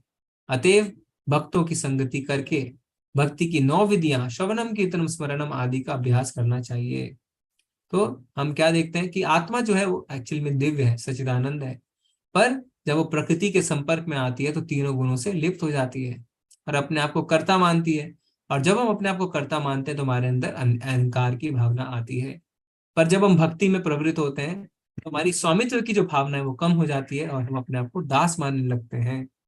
भगवान की भक्ति अति सरल है। मनुष्य को चाहिए कि भगवान की सेवा में लगे, श्री विग्रह को अर्पित भोजन का उच्चिष्ट खाए, भगवान के चरण कमलों पर चढ़ाए गए पुष्पों की सुगंध सूंघे, भगवान की लीला स्थलों का दर्शन करे, भगवान के विभिन्न कार्यकलापों और उनके भक्तों के साथ प्रेम विनिमय के बारे में पढ़े, सदा हरे कृष्ण कृष्ण कृष्ण हरे हरे, हरे राम राम राम हरे हरे का अभ्यास करना चाहिए। तो भक्तों की संगति बहुत ज्यादा आवश्यक है। तो हमने देखा था किस तरीके से अकेले रहने के कारण अजामिल फंस गए, है ना, भरत महाराज फंस गए। तो भक्तों का संग हमें कभी नहीं छोड़ना है। तो गुरु की जो मार्गदर्शन है उस पर हमेशा बने रहना है। अकेले अपने दम पे हम नहीं कर सकते। अगर अकेले हम अपने दम पे कर सकते हैं, अगर हम ऐसा सोचते हैं, तो ये भी अहंकार की ही हमारी भावना है। और भक्ति बहुत सरल है, जैसे प्रभुपाद जी बता रहे हैं, इंद्रियों को भगवान की सेवा में लगाना है, आंखों से भगवान के दर्शन करने हैं, मुख से भगवान को प्रसाद खाना है ना, नाक से भगवान पे चढ़े पुष्प को सूंघना है, कान से भगवान के कीर्तन सुनने हैं, और जो है भगवान के बारे में पढ़ना है, मन से भगवान की सेवा में तत्पर हो जाना है। ठीक है, तो पदार्थ वही रहते हैं, हम किस तरीके से उसका इस्तेमाल करते हैं उस पर डिपेंड करता है। इसी को कहते हैं युक्त वैराग्य। ठीक है, तो शोषण करना चाहते हैं तो फंस जाएंगे, पर भगवान की सेवा में अगर हम उससे इस्तेमाल करेंगे तो हम मुक्त हो जाएंगे। जैसे कोई फल है, फल को हम खा लेते हैं तो वो हम उससे बंध जाते हैं, पर अगर हम उसे भगवान की ऑफर करते हैं, भगवान को भोग लगा के खाते हैं, तो उससे हम मुक्त हो सकते हैं। ठीक है, तो हमें क्या करना है, ऋषिकेश सेवनम, अपनी इंद्रियों से भगवान की सेवा करनी है। तो इससे हमारा अध्याय शेष होता है। आप याद रखिए श्लोक ऑफ द डे 14.4। अगर आपके कोई प्रश्न है तो आप हैंड रेज कर सकते हैं, नहीं तो आप चैट में भी लिख सकते हैं। पर इससे पहले मैं जो है, सुमित प्रभु जी ने हमें लिस्ट दी है आज कौन कौन मंगल आरती अटेंड किया। तो अभी सुमित प्रभु जी इसे नोट कर रहे हैं। तो सरिता मौर्य माता जी, सब आप हरि बोल बोल सकते हैं उनके लिए। सरिता मौर्य माता जी ने मंगल आरती अटेंड करी, हरि बोल। सुधीर प्रसारी प्रभु जी हरि बोल। अंकिता माता जी हरि बोल। NK मिश्रा प्रभु जी हरि बोल। और शैलजा माता जी हरि बोल। अगर किसी ने किया है पर उनका नाम नहीं लिखा है तो आप बता सकते हैं। सरिता मौर्य माता जी, सुधीर प्रसारी प्रभु जी, अंकिता माता जी, NK मिश्रा प्रभु जी और शैलजा माता जी, सबके लिए हरि हरि बोल। सबने आरती अटेंड करी है। ठीक है, अगर किसी ने नहीं करी, मोटवानी प्रभु जी ने करी है प्रभु जी, उनके लिए भी हरि बोल। ठीक है, अब हम प्रश्न ले सकते हैं प्रभु जी। हरे कृष्णा प्रभु जी, दंडवत प्रणाम। दंडवत प्रणाम। हरे कृष्णा सुधीर प्रभु जी। सीमा सिंघानिया माता जी कह रहे हैं मैं डेली करती हूँ, गुरु आपने जी। नाम नहीं लिखा। सीमा गुरु सिंघानिया माता जी का भी नाम है उसमें ये जी। पूछना था गुरु जी कि जैसे हम 24 घंटे में तीनों मतलब गुणों में आ जाते हैं, इतने अभी परिपक्व नहीं है मान लीजिए, तो मेरा ये कहना था कि जो तमोगुण वाला है वो जो है डायरेक्ट सतोगुण के स्तर पे पहुंच सकता है या उसे पहले रजो में आना ही पड़ेगा? पहुंच सकते हैं प्रभु जी, भक्ति करके आप डायरेक्ट पहुंच सकते हैं। अच्छा, और ये जो आदमी कृष्ण भावनामृत में रहता है शुद्ध सतों में और गोलोक पहुंच जाता है, तो क्या वहां से भी गिर सकता है जैसे हम यहाँ गिर जाते हैं सतों से रजों में, रजों से तमों में? तो क्या कृष्ण भावित कर्म में भी व्यक्ति क्या गिर जाता है क्या? भगवान कहते हैं एक बार हम भगवान के धाम पहुंच जाएं तो फिर हम दोबारा लौट के नहीं आते। मतलब वहां वैसी भावना ही नहीं आएगी? जी प्रभु जी। अच्छा, दूसरा ये गुरु जी, ये विश्वामित्र जो थे वो किस गुण में थे जब वो तपस्या कर रहे थे? ठीक है, क्योंकि वो विचलित हो गए थे ना, तो उस समय वो रजोगुण में आ गए थे, है ना वो। अच्छा, जी जी जी, वो रजों में आ गए थे या सकाम की इच्छा थी कि स्वर्ग जाने की सतों में थे?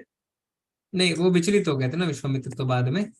हाँ, तो वो क्या स्त्री और पुरुष का जो पारस्परिक आकर्षण है वो रजोगुण का गुण है प्रभु जी, रजोगुण के में। अच्छा, और ये एक और था कि ये त्वचा से मतलब ये अधोगति तो हो गई कि मतलब निम्नतर स्थिति, तो ये जैसे जो मनुष्य को वो मिलती है पशु योनि, तो इसको हम ये भी समझ सकते हैं कि भाई हमने मछली को खाया था तो हमको मछली खाने के लिए हमको वहां भेज दिया गया।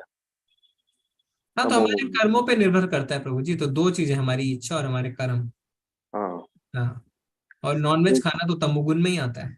हाँ जी, तो ठीक है प्रभु जी। हाँ, ठीक है गुरु जी। हरे कृष्णा।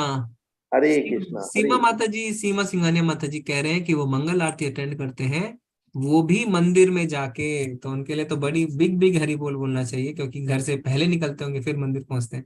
हम तो उठते हैं और ऑनलाइन कनेक्ट कर लेते हैं। ठीक है। और जितेंद्र साहू प्रभु जी कह रहे हैं वो भी मंगल आरती अटेंड करते हैं। बहुत ही बढ़िया है, आप सब काफी अच्छे हैं, काफी लोग हैं जो करते हैं। हरे कृष्णा संजय माता जी। हरे कृष्णा प्रभु जी। हम एक ये जो आज एक मॉर्निंग का कोई पीडीएफ भेजा है सुमित प्रभु जी ने, तो इसको कभी भी पढ़ सकते हैं। जैसे उसमें तुलसी जी की प्रार्थना है, स्तुति है, नरसिंह जी की प्रार्थना है, ये सब चीजें कभी भी पढ़ सकते हैं दिन में। हाँ, आप कभी भी पढ़ सकते हैं। वो इसलिए उन्होंने भेजी क्योंकि जो भक्त मंगल आरती अटेंड करते हैं, वो उन्होंने कहा कि हम समझ नहीं पाते हैं मंगल आरती में क्या बोला जा रहा है। तो ये अच्छा। तीन जो है, एक गुरु अष्टक है ना, संसार दावा न ललित लोका, उसके बाद नरसिंह प्रणाम है ना, नमस्ते नरसिंह है, और फिर तुलसी आरती, नमो नमः। ये तीनों मंगल आरती जो है, ये तीनों आरती जो मंगल आरती में होती है, इसलिए हाँ उन्होंने भेजा है कि जो भक्त अटेंड कर रहे हैं मंगल आरती, इसे देखें और प्रोनाउंस करने की कोशिश करें। ठीक है। अच्छा अच्छा, एक चीज और, जैसे आपने कल बताया था कि हम लोग के अंदर हमारे जो स्थूल शरीर है, इसके ऊपर एक सूक्ष्म शरीर है, मोह, पता नहीं क्या था वो, तीन चीजें, मन बुद्धि अहंकार का, और एक है इसके पीछे आत्मा है। तो जब आत्मा शरीर से निकलती है तो सूक्ष्म शरीर का क्या होता है? जैसे स्थूल शरीर को तो जला देते हैं, सूक्ष्म शरीर भी निकल जाता है माता जी। तो उसका क्या होता है? मतलब वो कहा जाता है उसको कुछ नहीं, अगले शरीर में चला जाता है। तो सूक्ष्म शरीर यानी मन बुद्धि अहंकार और आत्मा दोनों अगले शरीर में जाती है। अच्छा अच्छा अच्छा, और जब हम ठीक है। भगवान के धाम जाते हैं ना, भगवान के धाम, तब हमें मन बुद्धि और अहंकार भी पीछे छोड़ना होता है। अच्छा, जी जी जी, ठीक ठीक है। है। एक चीज और, जो अभी आपने बताया यूनिवर्स का पूरा दिखाया था ना, अभी आपने 14 लोग दिखाए थे, अर्थ दिखाया था, आपने बताया ऐसे असंख्य यूनिवर्स है, तो यानी ऐसी और भी अर्थ है जहाँ पे लोग रह रहे हैं? जी बिल्कुल, चंद्रमा में भी लोग रह रहे हैं। चंद्रमा जो है वो स्वर्ग, जो स्वर्ग लोक है उसका हिस्सा है। तो हम भौतिक रूप में चंद्रमा में पहुंच सकते हैं, है ना। पर अभी आप देखेंगे भी, खैर काफी डिस्कशंस हैं इस पे कि अपोलो जो भेजा गया था इतने साल पहले, फिर उसके बाद क्यों नहीं भेजा गया, कई लोग तो डाउट भी करते हैं। तो प्रभुपाद जी बताते हैं कि हर लोक के हिसाब से लोगों के शरीर होते हैं। जैसे अभी कोई कहता है सूर्य लोक पर, अभी अभी साइंटिस्ट ने फाइंड आउट किया ना कि आग में भी मॉलिक्यूल वो है, सेल्स हैं। तो हर, तो अभी कोई कहेगा आग में कैसे रह सकते हैं, तो हर लोक के हिसाब से शरीर बनते हैं। जैसे आप पानी में रह सकते हैं, कि आप बर्फ में नहीं रह सकते हैं, पर बर्फ में रहने वाले प्राणी तो है ही ना, जानवर है। तो हर कंडीशन के हिसाब से लोगों को शरीर बनता है। तो सूर्य लोक में भी जीव है, चंद्रमा पे भी जीव है, तो उनके हिसाब से उनको शरीर मिला हुआ है। ठीक है, ठीक है ठीक है ठीक है। हरे कृष्णा हरे हरे कृष्णा हरे कृष्णा। हरे कृष्णा शंकर प्रभु जी।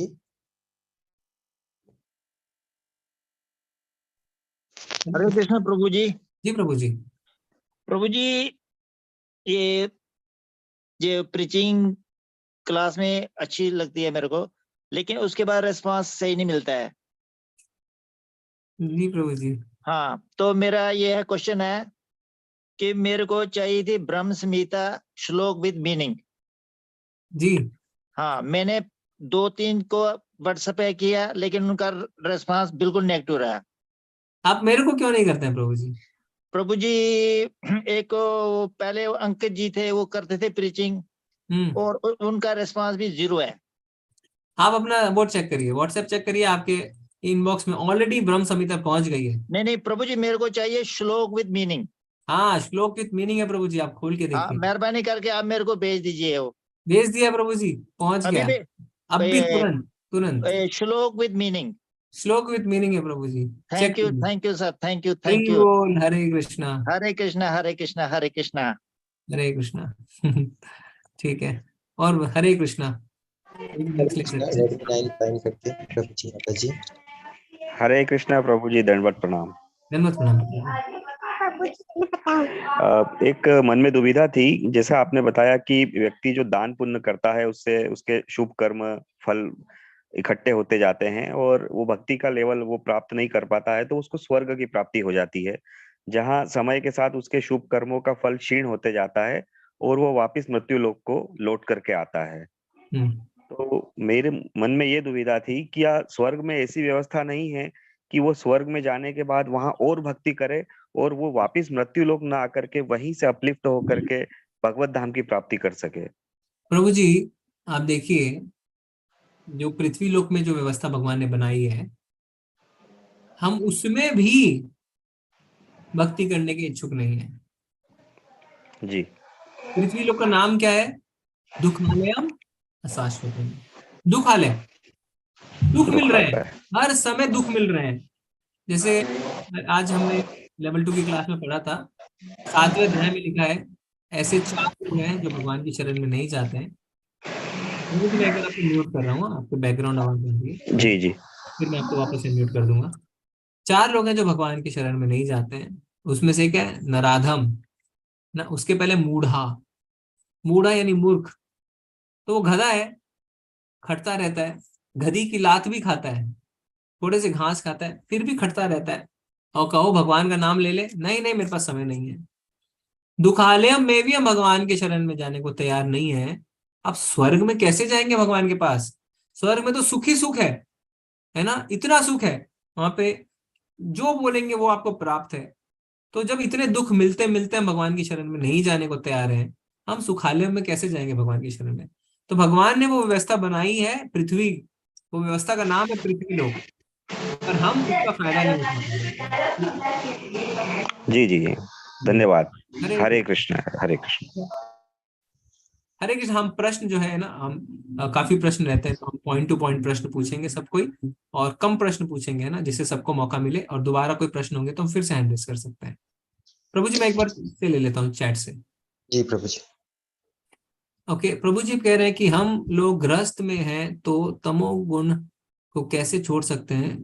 पार्टनर के लिए भी नैतिक ड्यूटी है ना गृहस्थ का पालन करना। जी प्रभु जी बिल्कुल है।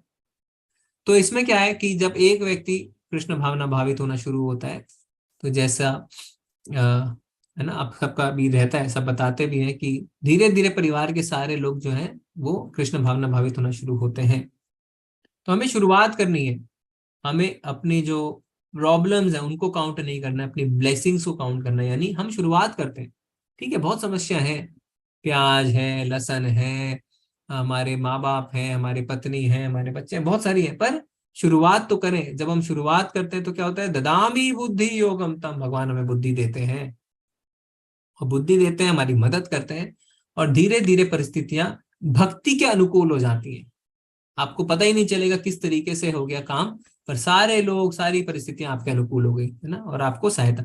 पर आपका जो एंडीवर है, जो आपका एफर्ट्स है, जो आपकी चेष्टा है, वो पूरी तरीके से शुद्ध होनी चाहिए। मतलब उसमें कोई मिलावट नहीं, कोई छल कपट नहीं, पूरी तरीके से, पूरी विनम्रता, पूरी सरेंडर के साथ, पूरी शरणागति के साथ भगवान से प्रार्थना करते हो कि मुझे आपकी सेवा करनी है, मेरी मदद करें, तो भगवान जरूर मदद करेंगे। हम एक बार में भगवान का ज्ञान अंदर क्यों नहीं जाता है? ज्ञान वीक हो जाता है। जी प्रभु जी, क्योंकि हम बद्ध जीव हैं, है ना, बद्ध जीव है, पर बद्ध जीव को समय लगता है, और कलयुग में बैठे हैं। कलयुग में शास्त्र में लिखा हुआ है कि हमारे मंद बुद्धि है ना, हमारे अंदर बुद्धि नहीं है इतनी। पहले 5000 साल पहले कोई शास्त्र नहीं थे, क्योंकि श्रुति के माध्यम से, सुनने के माध्यम से उन्हें कंठस्थ किया जाता था। पर कलयुग के लोगों के लिए उसे व्यासदेव जी ने लिपिबद्ध किया कि हम, क्योंकि कलयुग के लोग जो है वो सुन के याद ही नहीं रख पाएंगे। तो अभी हम प्रयास करते रहे, धीरे धीरे धीरे धीरे, अभ्यास तो कौन्तेय, भगवान कहते हैं। तो हम अभ्यास करेंगे तो क्या होगा? हम धीरे धीरे अपनी चीजों में दृढ़ होते जाएंगे। ओके ओके, मंगल आरती का हेमंत प्रभु जी अभी भेज दिया लिंक, आप देखिए t.ly/temple, और 4:30 बजे मंगल आरती शुरू हो जाती है। ओके, नहीं शंकर प्रभु जी ऑडियो नहीं है हमारे पास, जो किताब है वो भेजिए, ऑडियो नहीं है प्रभु जी, ऑडियो आपको गूगल पे सर्च करना पड़ेगा। ओके, हरे कृष्णा नेहा माता जी।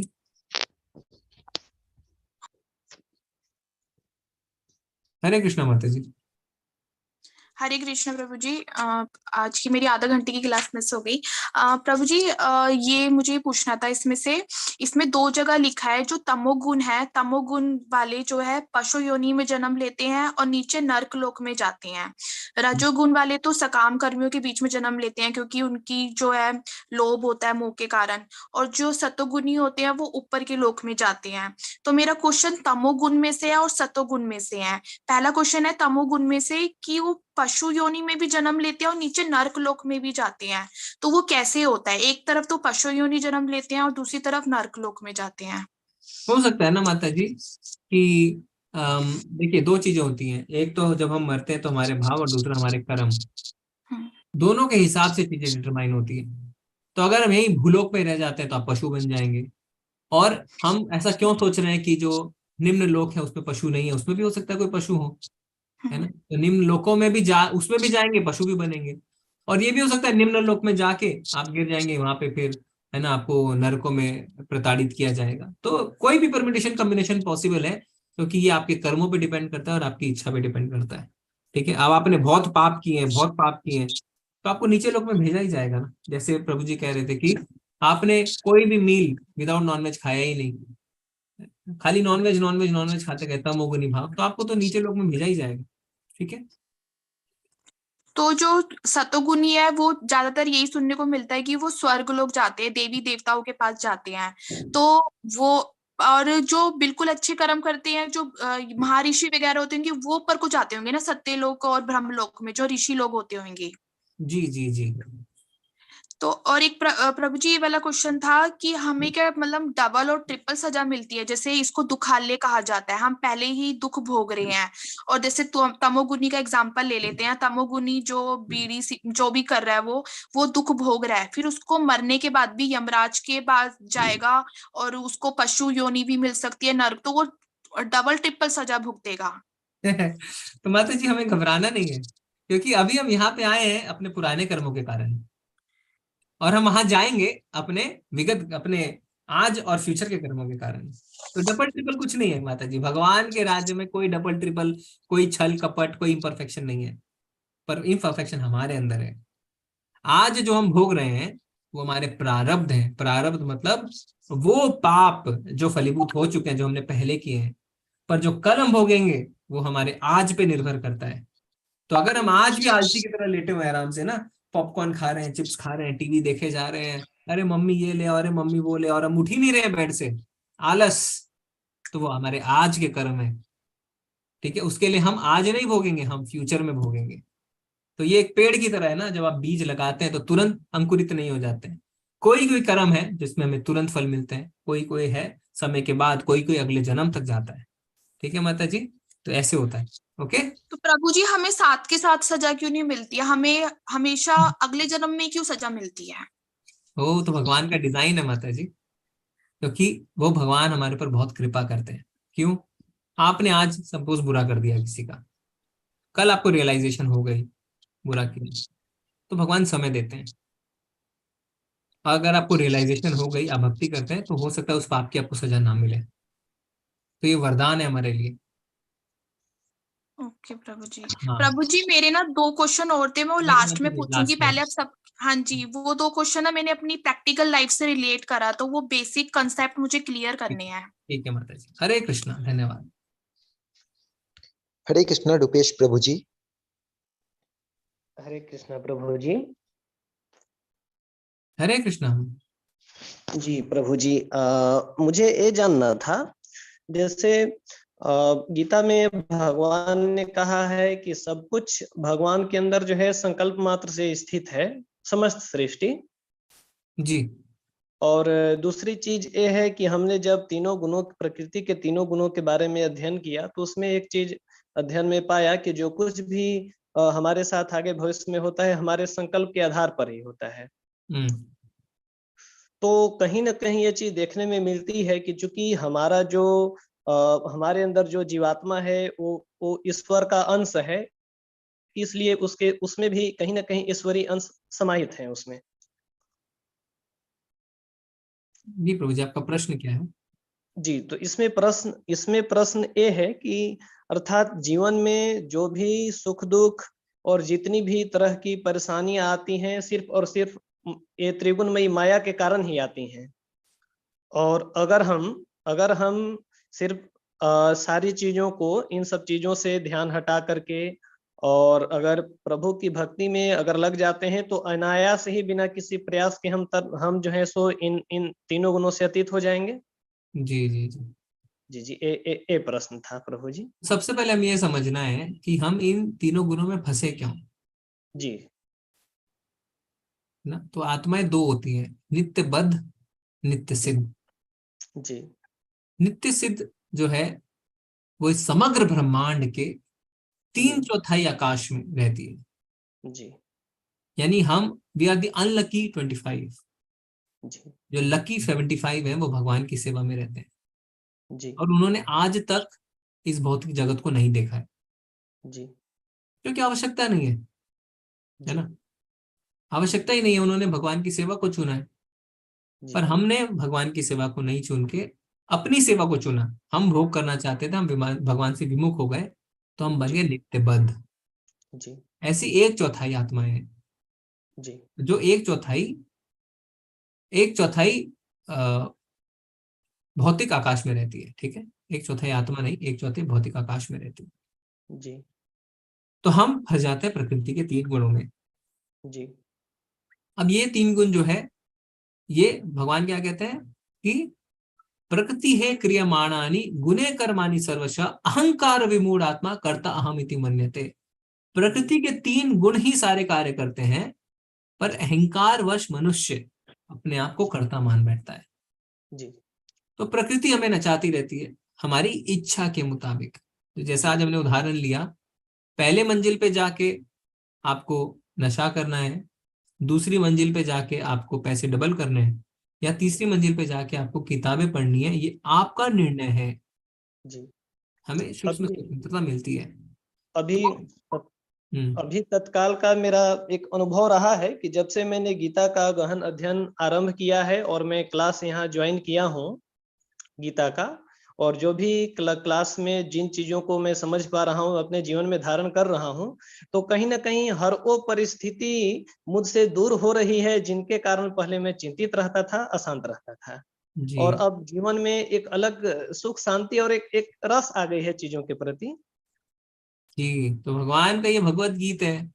भगवत गीत यानी बहुत मधुर, करोड़ों वर्ष से मधुर है ना। भगवान के वचन हम सुनते हैं तो हम तुरंत ही चिंताओं से दूर हो जाते हैं, अविलंब। जब भक्ति करते हैं तो सबसे पहला भक्ति का लक्षण है कलेशाग्नि। कलेशाग्नि मतलब भौतिक कलेशों से अविलंबित राहत। जी जी प्रभु। तुरंत टच करते ही, आग को टच करते ही उंगली जलती है ना, भक्ति करते ही तुरंत कलेशाग्नि, तुरंत कलेश दूर हो जाते हैं। जी प्रभु। ठीक है, और जो आप पूछ रहे थे उस पे आगे कि अब हम निकले कैसे, तो भगवान ने बता दिया है, दैवी येषा गुणमयी मम माया दुरतया। यानी इस प्रकृति को तुम कमजोर मत समझो, ये दैवी प्रकृति है, मेरी शक्ति है। दैवी येषा गुणमयी मम माया दुरतया, ऐसे निकलना दुरतया बहुत मुश्किल है, पर भगवान सॉल्यूशन भी देते हैं। क्या? दैवी येषा गुणमयी मम माया दुरतया मामेव ये प्रपद्यन्ते, मेरी शरण में आ जाओ, माया में ताम तरन्ति थे, मैं तुम्हें इससे तार दूंगा। तो भगवान की शरण में जैसे हम जाते हैं फिर हमें माया नहीं छूती है, क्योंकि माया का काम है हमें भगवान की शरण तक पहुंचाना। दुर्गा देवी हमें 3 ताप क्यों देती है? इसलिए देती है कि जिससे हम सुधरें और भगवान की शरण में जाएं, क्योंकि हम लातों के भूत है ना, हम बातों से नहीं मानते। तो जब तक हमारे जीवन में कष्ट नहीं आते हम भगवान की शरण में जाते ही नहीं है। और जब हम भगवान की शरण में जाते हैं तो माया हमें टेस्ट करती है थोड़ा सा, ये दिखावा तो नहीं कर रहा है। जैसे कोई जेलर है, वो जेल में कोई कैदी मैं सुधर गया कर रहा है, अभी जेलर उसे टेस्ट करेगा ना कि सच में सुधरा है, सच में मैं रिकमेंडेशन डालूं कि इसकी सजा कम कर दी जाए, तो थोड़े दिन उसे टेस्ट करता है। फिर जब वो टेस्ट में खरा उतरता है तब वो उसका रिकमेंडेशन लेटर लिखता है कि इसकी सजा कम की जाए। इसी तरीके से माया देवी है ना, टेस्ट लेती रहती है, पर जब देखते नहीं ये तो सीरियस है, तब वो हमें छोड़ देती है और भगवान हमें क्या करते हैं? तरंतिते। ठीक है जी जी प्रभु जी, बस आपका आशीर्वाद बना कहाँ रहे। प्रभु जी आप कहाँ से रहते हैं, कहाँ पे रहते हैं? मैं मूल रूप से मैं झारखंड में हूँ, झारखंड से हूँ, लेकिन जी मैं छत्तीसगढ़ में अध्यापन कार्य करता हूँ, यहाँ पे पढ़ाता हूँ। जी और पढ़ाने के साथ साथ मैं महाविद्याओं का पूजा अनुष्ठान वगैरह भी मैं करवाता हूँ। जी। मैं ऐसे बगलामुखी का उपासक हूँ मैं। हाँ, आपने बताया था। जी जी जी जी जी। जी जी। और उसके साथ अभी मैं विभिन्न क्षेत्रों में मैं देखा कि चूंकि आज स्वार्थ का माहौल है और उस तरह के जैसे प्राइवेट ट्यूशन स्कूल इन सब चीजों में विशेष उस तरह से जो है लाइफ उस तरह से नहीं व्यवस्थित दिख पा रहा है, तो फिर मैं प्रवक्ता के क्षेत्र में मैं अपना कदम बढ़ाया हूँ। और जी जी मेरा जो है सो व्यू है, लक्ष्य है, मैं वृंदावन जाऊंगा, वहां श्रीमद् भागवत महापुराण का अध्ययन करूंगा। और अभी मैं इसीलिए मैं गीता के अध्ययन से मैंने आरंभ किया है, फिर आपकी कृपा हुई, मैंने क्लास ज्वाइन किया यहाँ। हरि बोल प्रभु जी, बने रहिए ना। All glories to Srila Prabhupada. Srila Prabhupada की जय। हरे कृष्णा माता जी। हरे कृष्णा प्रभु जी। जी माता जी। हाँ जी प्रभु जी, मेरे मतलब पास एक शब्द है तारतम, मैं इसका मीनिंग जानना चाहती हूँ। तारतम का मतलब क्या अर्थ है? तारतम माता जी कहाँ जी, पढ़ा है आपने, थोड़ा बताइए। ये कृष्ण भक्ति का एक प्रणामी समाज होता है, तो जब दीक्षित होते हैं तो वो तारतम मंत्र देते हैं। माता जी तो मुझे नहीं आइडिया इसके बारे में।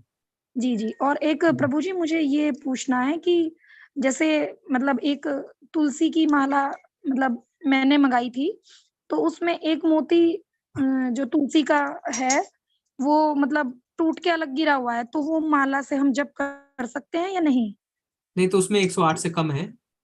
107 है, एक टूटा हुआ उसी बॉक्स में था। नहीं, चेंज करा लीजिए ना माता जी। कहाँ से आपने, मंदिर से मंगवाई? ये भगवत प्रसाद आया था वृंदावन से ही ना। हाँ, नहीं आप उससे मत करिए माता जी। जी, माला उसको धारण कंप्लीट। नहीं कर हाँ, सकते हैं? ये धारण मतलब कंठी है या जप माला है? मतलब जप माला है वैसे तो वो, लेकिन उसको मतलब क्या उसको धारण भी किया जा सकता है? हाँ, कंठी के जैसा आप इस्तेमाल कर सकते हैं उसको, पर उसको जप के लिए इस्तेमाल मत करिए अगर उसके अंदर मन की कम है तो। जी जी, एक मन कंठी, का कम। हाँ, कंठी धारण करने के तो काफी नियम है ना, वो आपको पता ही होंगे। जी जी जी। जी जी हाँ जी। जी की जी। मत। धन्यवाद प्रभु। हरे कृष्ण माता जी। हरे कृष्णा हेमंत प्रभु जी। हरे कृष्णा प्रभु जी, हरे दंडवत प्रणाम। कृष्ण। प्रभु जी मेरे एक तो मेरा ये नॉर्मल प्रश्न है कि मैं कल एक्चुअली पूछना चाहता था आपसे कि मंदिर में पूजा की टाइमिंग क्या होनी चाहिए। कोई लोग कुछ अलग अलग बोलते हैं, तो मैं थोड़ा कंफ्यूज हूँ इसमें। घर में? जी हाँ। नहीं, घर में प्रभु जी इसमें अभी जैसे कि गृहस्थ में तो थोड़ा सा फ्लेक्सिबल रहते हैं लोग, तो जल्दी से जल्दी करें, जितना जल्दी करें सुबह उतना अच्छा प्रभु जी। प्रैक्टिकली जितना जल्दी हो जाए। मैं मंदिर का बता सकता हूँ मंदिर में कैसे क्या होता है, पर घर में ऐसा नहीं करें कि बहुत ज्यादा लेट कर दें। तो सुबह सुबह अगर कर लेते हैं तो बहुत ही अच्छी बात रहती है प्रभु जी। और शाम को प्रभु जी? हाँ, शाम को भी करना है, मैं सुबह की बात कर रहा हूँ। सुबह और शाम दोनों ही करना है प्रभु जी। तो पर शाम को क्या टाइमिंग है? शाम को कुछ लोग बोलते हैं 5 बजे कर लो, कुछ बोलते हैं 8 बजे कर लो। नहीं, तो इसमें क्या? जनरली जो मैंने देखा है कि वो जो 6 7 7 बजे के आसपास ना, जब शाम का समय रहता है उस समय में लोग करते हैं। जी तो मतलब सूर्य अस्त के बाद कर सकते हैं, ऐसा कोई इशू नहीं है? हाँ हाँ, कर सकते हैं प्रभु जी, उसमें कोई बात नहीं है। तो प्रभु जी आपने अभी एक वो दिखाया था, लोकों का जो चित्र दिखाया था, उसे आपने बोला था ये गोलोक का चित्र है। गोलोक वृंदावन, गोलोक चाट कहता हूँ उसे, गोलोक चाट। पर गोलोक चार्ट मैंने नेट पे देखा था, तो वो कुछ कुछ और ही उसमें था। अब वो होगा प्रभु जी, क्या आपने देखा है, क्योंकि ये तो भक्तों ने बना रखा है शास्त्रों को पढ़ के, श्रीमद् भागवतम को पढ़ के, ब्रह्म संहिता को पढ़ के, भगवद गीता को पढ़ के। तो ये हमारे मंदिर में अवेलेबल भी है, बड़ा प्रिंट है 600 रुपए का, और काफी बड़ा है। उसे चार्ट पे लगा सकते हैं ना, अपने बच्चों को बता सकते हैं। उसमें बगल में रेफरेंसेस भी दिया हुआ है कि कौन कौन से शास्त्र से लिया हुआ है। तो आपने कौन सा देखा है प्रभु जी, पता नहीं, पर नहीं, ये जो मैंने इस्कॉन मैंगलोर की वेबसाइट पे ही देखा था, तो उसमें कुछ स्क्वायर बने हुए थे। हाँ, तो वो यही है प्रभु। नहीं, उसमें क्या है, वो यही है। जैसे ये मैंने एक पोर्शन दिखाया आपको, उसमें और भी पोर्शंस हैं। जैसे ये मैंने सिर्फ आपको नीचे भौतिक जगत दिखाया ना, पर आप देखेंगे कि आपने सिर्फ गोलोका कहा, पर गोलोका तो इसमें है ही नहीं, तो वो ऊपर है। तो वो कंप्लीट नहीं दिखाया है, स्लाइड्स में तो पूरी नहीं आती है ना, बहुत छोटी हो जाती है। तो नीचे खाली मटेरियल वर्ल्ड दिखाया है, मटेरियल वर्ल्ड के ऊपर स्पिरिचुअल वर्ल्ड जो है वो नहीं दिखाया है। वो उसमें आता है गोलोका चार्ट में। तो जो स्क्वायर स्क्वायर बने हुए हैं ना, वो वैसे जी बने प्रभु। हैं। तो इसमें अभी डाल दिया प्रभु जी ने, देखिए चैट में। तो काफी भक्त इसमें इंटरेस्टेड रहते हैं। इनको अपने हमारे ब्रह्मांड के बारे में जानना है, कहाँ पे क्या लिखा है, बच्चों को सिखाना है। तो अब इसी के तर्ज पे मायापुर में एक मंदिर बन रहा है, टेम्पल ऑफ वैदिक प्लानिटोरियम, TOVP। और ये हिंदू मंदिर, सबसे बड़ा हिंदू मंदिर बन रहा है। इसमें पूरी तरीके से दर्शाया जाएगा एक शैंडिलियर यानी झूमर के तरीके से, कि कैसे जो हमारे अलग अलग ग्रह हैं क्या होता है। अब TOVP बोल के सर्च करेंगे तो आपको वहां पे दिखेगा। जी ठीक है प्रभु जी। हरे प्रभु जी कृष्ण। एक और चीज अभी आपने बताया था कि सूक्ष्म शरीर हमारे मरने के बाद दूसरे शरीर में जाता है, और जो बल बुद्धि और क्या मन था, बुद्धि अहंकार। मन बुद्धि या तो उसमें जब वो जाता है तो इसका मतलब कि जो बुद्धि का लेवल इस शरीर में है वही दूसरे शरीर में भी होता है, ऐसा होता है क्या? नहीं नहीं नहीं, ऐसा नहीं है बाबा जी, वो लेवल ऊपर नीचे वो है ना, क्योंकि जैसे वो तो हमारे विगत कर्मों के हिसाब से है कि हमें क्या होगा नहीं होगा, पर हमारा मन बुद्धि अहंकार साथ में जाता है, सूक्ष्म शरीर के साथ जाता है, क्योंकि हमें उसको पीछे छोड़ना होता है। मतलब क्यूमुलेटिव है ना, आप जब भगवत धाम में जाएंगे तो उसको आपको पीछे छोड़ के जाना पड़ेगा, तो वो आपके साथ रहता है मन बुद्धि अहंकार। क्योंकि आपकी जो इच्छाएं थी, उस इच्छाओं के हिसाब से आपको अगला शरीर मिला है, तो आपके अंदर वो बीज तो है ही ना, तभी तो आप इच्छाओं को पूरी करेंगे अगले जन्म में। अगर वो बीज ही नहीं रहेगा तो फिर आप कैसे करेंगे इच्छाओं को पूरी।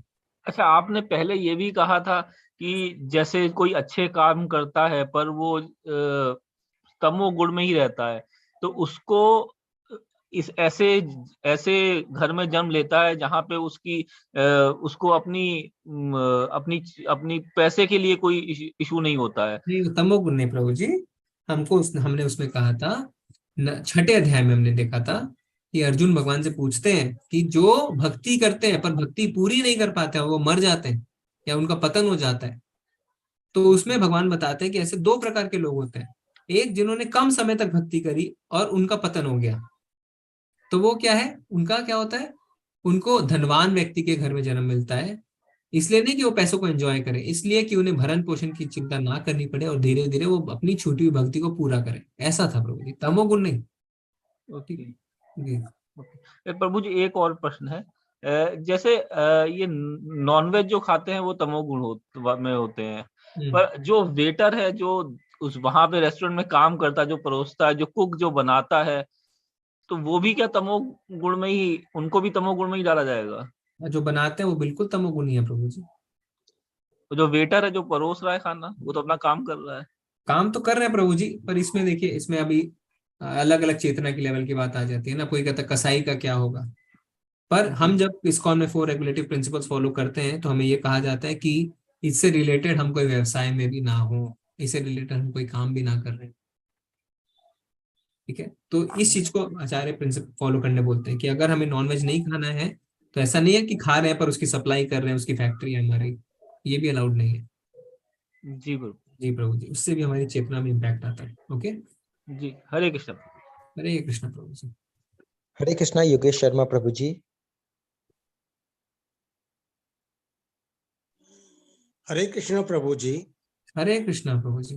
प्रभु जी, अभी एक किसी प्रभु जी ने पूछा था कि जैसे किसी ने नॉनवेज खाया है, बचपन में खाया है या काफी पहले खाया है, लेकिन उसने उसका त्याग कर दिया अभी, और अभी जो है शुद्ध शाकाहारी है, तो क्या उसको तमोगुण के कुछ भोगना पड़ेगा? तो प्रभु जी, इसमें अगर वो भगवान की भक्ति करने लगता है ना जी, तो भगवान क्या कहते हैं, भगवान कहते हैं सर्वधर्मान परित्यज्य माम एकम शरणम व्रज अहम स्वम सर्व पापेभ्यो, मैं तुम्हारे सारे पापों को नष्ट कर दूंगा। तो अगर पहले उसने अपने विगत जीवन में कितने ही पाप क्यों ना किए हो, पर अगर वो भगवान की शरण में जाता है तो भगवान उसके पापों को नष्ट करते हैं। ये तो नॉनवेज की एक बात हो गई, पर अनजाने में भी हमने कितने पाप कर रखे होंगे हमें नहीं पता है, तो उससे फिर घबराने की आवश्यकता नहीं है। पर जब एक बार वो भगवान की शरण में आ जाए, गुरु से दीक्षा ले ले और आगे बढ़ जाए, उसके बाद उसे पाप कर्मों में लिप्त नहीं होना है, ये बहुत आवश्यक है। अंतोगत्वा लास्ट में उसको अगर प्रभु की शरण में गया है तो उसके बाद नहीं करनी चाहिए। हाँ, मतलब एक बार जब उसको इस बात का एहसास हो गया जी, तो उसके तब तक के जितने कर्म है उसको भगवान खत्म कर देंगे, पर आने वाले भविष्य में वो आपकी खुद की जिम्मेदारी है कि आप पाप कर्मों में लिप्त ना हो। ठीक है, धन्यवाद प्रभु जी। हरे कृष्ण। हरे कृष्णा डॉक्टर अलका माता जी। हरे कृष्णा प्रभु हरे जी। कृष्ण माता मुझे जी। सवाल दो थे एक्चुअली। एक सवाल ऐसा है कि मुझे जो माला के लिए मैंने आपको पूछा था कल परसों, तो हमारे यहाँ मंदिर के पास में हमें वो नीम की माला ऐसे किसी ने देखा ही नहीं आखिर तक। फिर आखिर में हम वैजयंती माला करके लेके आए। ठीक है उन्होंने माता कहा वैजयंती माला बहुत अच्छी रहती है, आप इसका भी कर सकते हैं। तो वैजयंती माला का जप हम कर सकते हैं। हाँ कर सकते हैं माता जी। दूसरा उसमें उन्होंने 112 मतलब एक माला थी उसमें 94 थे बीट्स, और अभी इसमें 112 है, 112 है। तो ज्यादा रहे तो चलेगा, कम नहीं। हमने ज्यादा वाली माला ली, तो हम पूरी माला 112 कभी की, तो ऐसा कुछ ये नहीं ना, उसमें ज्यादा नाम दिया तो कोई भी हाँ समस्या ठीक ही है, नहीं। ज्यादा में कोई समस्या नहीं। 112 उसमें बीट्स है। कोई बात नहीं माता जी। या और दूसरा मेरा सवाल था कि जैसे आपने सोने के टाइम के हिसाब से जो बोला कि जो रात को लेट सोते हैं वो तमोगुणी एंड 11 बजे रजोगुणी एक्सेट्रा, तो हमारा कुछ ऐसा प्रोफेशन है कि जो हम चाहते भी तो भी जल्दी नहीं सो सकते, जल्दी सोने गए तो भी लोग हमको उठाते हैं प्रोफेशन के कारण। लेकिन हम सोते वक्त कभी भी ऐसे कुछ फिल्म या कुछ देखते नहीं, बल्कि हम भगवान के वचन सुनते या पढ़ते हैं या भगवान का नाम देते हैं। लेट भी सोए तो भी भगवान का नाम लेके ही सोते हैं। हाँ कुछ ऐसे तो उसमें फिल्म वगैरह हाँ हम करते नहीं है। हाँ जी, आप डॉक्टर है माता जी, इसमें ऐसा होता है, इसमें कोई दिक्कत नहीं है, ये एक्सेप्शंस होते हैं। अभी कोई कह सकता है ना कि रथ जगा करके भगवान का कीर्तन किया तुम तो तमोगुनी हो गए। नहीं, हमें भाव को समझना है, भाव या क्या है। तो हाँ अगर हम जगे हुए हैं पर जैसा आप कह रहे हैं कि हम तमोगुनी कार्य में लिप्त नहीं है, तो उसमें कोई बात नहीं है। इसका अर्थ ये नहीं कि आप तमोगुण में आ गए। ठीक है या जी। धन्यवाद प्रभु, कोई सवाल था, धन्यवाद। हाँ, हरे कृष्ण माता जी। हरे कृष्णा कामाख्या माता जी। हरे कृष्णा प्रभु जी। हरे कृष्ण माता जी। प्रभु जी वो मेरा आपसे एक सवाल था जी कि जब जैसे कलयुग चल रहा है तो उसके बाद फिर से सतयुग ऐसे ही चल जाएगा। हाँ, आप कौन से क्लास में हैं माता जी? फोर्थ में है। अच्छा, तो अभी कलयुग जब चल रहा है, तो कलयुग जब खत्म हो जाएगा तो वापस सतयुग आएगा। ठीक है। हाँ, फिर सतयुग खत्म होगा तो फिर कौन सा युग आएगा? फिर त्रेता युग। हाँ, और त्रेता खत्म होएगा तो कौन सा आएगा? त्रेता के बाद कौन सा युग आएगा? त्रेता के बाद हाँ द्वापर युग। हाँ ठीक है, आपको तो सब पता है। हरे कृष्णा। हरे कृष्णा प्रभु जी। हरे कृष्णा। हरे कृष्णा सुधीर प्रभु जी। हरे कृष्णा गुरु जी। हरे कृष्णा प्रभु जी। ये धन्यवाद हम प्रणाम। जानना चाह रहे थे कि ये जैसे बच्चा पैदा हुआ है, इनोसेंट है वो प्रकृति के गुण में उसकी क्या गलती, वो कैसे फंस जाता है गुरु जी? क्यों आपको लग रहा है प्रभु जी वो इनोसेंट है? नहीं तो वो तो राग द्वेष ये सब जानता ही नहीं, चोरी चमारी झूठ बोलना। तो प्रभु जी हमने पढ़ा है ना, आपका अगला जन्म आपके पिछले कलम पे डिपेंड करता है। तो उसका भी जन्म हुआ है, वो तो शरीर आपको छोटा सा दिख रहा है, आत्मा तो वही है ना। वो हाँ, तो वो अपने पिछले कर्मों को लेके जन्म हुआ है ना प्रभु जी। अच्छा अच्छा, तभी जी वो प्रभु जी। फंसा। हाँ अच्छा, ये बात। जी प्रभु जी। हरे कृष्णा। हरे हरे कृष्णा संगीता माता जी। हरे कृष्णा प्रभु जी। हरे कृष्णा माता जी। प्रभु जी आपका बहुत बहुत धन्यवाद। आज मैंने जैसे कल आपको बोला था, मैंने मंगला आरती भी ज्वाइन की। 16 माला तो 16 आई थिंक 20 तक हो गई मेरी एक दिन में। तो ये मेरे लिए ट्रैजिक चेंज है। और मतलब कैसे मैंने किया मैं वो खुद भी नहीं, मैं पूरे दिन में 1 2 3 कल परसों से मैंने 4 किया था, वो भी सुबह में एक बार, दोपहर में, शाम में। आज मैंने 20 टाइम्स कर लिया प्रभु जी। हरि बोल। हरि सबको हरि बोल बोल प्रभु सकते जी। हैं माता जी के लिए। हरि बोल। हरि बोल प्रभु जी। बहुत बहुत धन्यवाद। और गुरु जी मेरी और एक प्रार्थना है, कल मेरे बेटे का बर्थडे है, तो कल मैंने उसको बोला है कि तुम भी 2 मिनट के लिए ज्वाइन करना। और माला हरे करवाइए, कृष्ण। माला करवाइए उनसे माला माता वो जी। अभी एक ही बार करता है स्कूल जाने के लिए, और उसका कल एग्जाम बर्थडे हो है ना, जाए। कल उनको बोलिए हाँ कि हाँ कल 2 बिल्कुल माला।